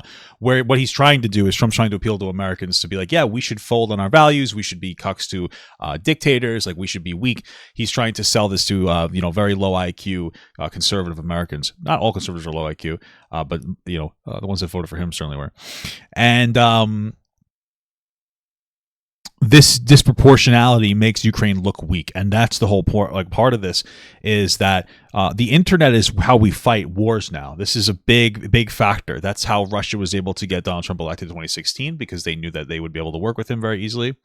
That's what's happening now. So, like, you have this information will show strength or weakness to a country. It can be moralizing or demoralizing depending on who hears it. It has to be proportionate. That's a big part of what needs to happen. Like, that's what needs to happen here. It needs to be he needs to be like, no, that's not true. We haven't had that many losses. We haven't had that much destruction in our country. We are still a country that's doing well. We just need help. That's what is happening here. And etc. It's not just territory; it's houses, it's people's lives. Their fathers, mother, their relatives, grandfather, they died during this war. Nobody wants to forgive Putin. It's not funny, or fairy tale. This is real life. That's what I said. And when you said it, a lot of times to my big friends, we've been here today in our dialogue, and then they again begin to repeat the same things. I think it's not. That's why I said it's not good way between partners, good partners and friends. That's it. And I think that if journalists asking questions to president, with all respect to vice president, he has his interview. Mr. This President, is our dialogue. Shouldn't this dynamic? That's true. Like, why was he surrounded by like 15 people? Like, I don't understand. Why wasn't it just Trump? Like, why the fuck were, like, I understand the reporters. I don't understand the Russian reporter that was there. But like, why were there a bunch of people surrounding them? Why was J.D. Vance in there and Marco Rubio and a bunch of other fucking cucks sitting in a cuck chair? If you're going to be like this, be behind closed doors, not. Of course. So do you regret that? Are you regretting that happened today? Regretting this? Yes, I think it was not good. I think it was not good because we had a lot of different dialogues. I'm always open to media, but there are very sensitive things. I just want to be honest. And this is so funny because J.D. Vance was like jerking himself off like, oh, you're just here doing this show of power in front of the media. Trump wanted this to be in front of the media so that he could fucking virtue signal to his audience. And so it like backfires. And it makes sense for them to not do this in front of the media. It makes sense to do this behind closed doors, especially because there is obviously a language gap. Zelenskyy speaks English very well, but clearly like he didn't understand necessarily what the word regret means. And so information needs to be kind of filtered. There's different languages, there's different dialects, there's different, like, I'll give you an example. My wife gave me this example the other day. It was actually just an interesting conversation. My wife was talking about how, she was at work. And at work, one of the people she works with is getting excited. That's the word that somebody used. And she works with people with disabilities. They were getting excited. And they were having like a behavior. They were upset. but they were getting like very frantic. Like there was a lot of energy. They were like, they were, upset. And somebody used the word excited, right? And one of the people that works there, she's from another country. And so when she hears the word excited, she's like, it's not excited, because most people think of the term excited as like positive. But you can be negatively excited, and like I use excited in a negative way sometimes too. It depends. Like exaggeration, you can over exaggerate, which most people do, but you can also under exaggerate. Like exaggeration can go both ways. There's a language barrier there, and so some words that obviously words are socially constructed. There's different things behind those words, and so sometimes you have to parse through not just what's being said, but like what's actually being said, not the words we're using, what's actually being said. And it's like sometimes we use words differently. Excited to you might just think it's like a really happy thing. Some people use excited in a negative way. Some people will hear the word excited, they won't understand how to interpret that in a negative way. There's a bunch of different things. This is like one of the reasons why they should have had this conversation behind closed doors. And I just want our partners to understand the situation correctly, and I want to understand everything correctly. That's about us. Not to lose our friendship. A couple more things. What are the next steps in your mind? Here we are today. Yeah. It's nice how this reporter is actually asking questions and letting Zelenskyy answer the questions. He's like, hey, here are some concerns from this and this and this and this. And he's giving a little bit of pushback, but he's more like, hey, he wants the question answered. That's what he's looking for. And he's getting the question answered. You got to respect it. What are the next steps? I think so. United States wanted this deal very much. And this is a very good optics play from Zelenskyy as well, because Brett Barr is unironically a fantastic journalist on Fox News. I think Fox News just uses Brett Barr and Christopher Wallace as a way to give themselves credibility, because they pump out slop from fucking morons constantly. What is that guy, Jesse Waters or something? The guy who thinks that that $20 an hour is $100,000 a year. That's what he unironically thinks. We've seen him in interviews. He doesn't understand because he's rich and never had struggled. But this is a really good optics play from Zelenskyy, because he's on Fox News. And he's on Fox News. He's talking to the right person at Fox News. But conservatives get to look at this and go, oh, this is a nice conversation. A lot of people that voted Trump are very stupid, just to be clear. So when they see this, they're hearing some of the words, but it's very tone. A lot of it's like when you talk to your cat or your dog. That's how you have to, that's when you talk to MAGA supporters, and it's a tonality because they don't understand words. So like they go, oh, Fox News good. Voice sound nice but strong. Oh, this good interview. Me like Zelenskyy. Maybe Russia actually bad a little bit. That's what's happening. Because again, you have to get inside of the mind of a MAGA supporter, and it's basically a MAGA supporter is basically a dog that was given the ability to have very basic levels of human thought, like just a little bit above a dolphin that can talk. That's what it is. And so this is a beautiful optics play by Zelenskyy, like 1,000%, like 1,000% here. Let me be clear. I welcome Trump refugees. Okay, I welcome Trump refugees, but if you're a MAGA supporter, you're in a cult. I feel bad for you, but at the same time, you're ruining our country. So, but welcome to the refugees, of course. And we've been not against this deal, but we wanted to understand what parts in security. My favorite thing is that my mother sees some of my clips that I put on Instagram. And if she sees it, that means that my uncle, who's very conservative, sees clips on Instagram. And that means that if August does decide that is a worthwhile, clippable moment, then my uncle's going to see where I called him a dog on Instagram. So it's incredible. Guarantees will take this deal. And what next steps? Just again to understand for our people. During the war, what you don't like, even sometimes hate, surprises. It's understandable. Many terrible things this war brought to us. So we don't want any surprises. Yes, that's why we want to be very fair with our partners. And I think this deal, it was prepared by teams. It was not simple during weeks. And now it's ready. I think that they have to sign. The countries have to sign. The ministers have to sign. That's it. I don't know when they will do it. It depends on the American side. So exactly. the minerals deal did not have security guarantees listed in it. It's a part. The security guarantees? This is the part in the infrastructure of security guarantees. Because, for example, President Trump said that I think so that if we will be there in some productions and etc. in mineral, that Putin will never come on this territory where we are. And I said to him, don't trust Putin. Why? I said, because it's not... I post on Facebook. I post on Instagram, which should show up on Facebook. she might be able to see them through there. We respect and we believe in strongness of the United States, but I said to him that we had more than 20 companies, American companies, big companies on the territory of Ukraine. And we had offices, even on temporary occupied territories. For Putin, it doesn't matter. It's American, European company or Ukrainian, it doesn't matter. He just came and occupied it. That's what I said. I think this is a great idea, how to strengthen Ukraine and how to make business between two countries, how to make additional jobs for two countries. But it's not just this will not save us. I read what the Democratic senator said, that Trump has become Putin's lapdog. Do you agree with... He's obviously not going to say yes. That President Trump is too close to Vladimir Putin in your mind? We spoke about it, and I think today, very openly, President Trump, he said that I want to be in the middle. Otherwise, I will not put these guys at the table. And is he right? I want to be very honest, I want really him to be more at our side. I will explain why.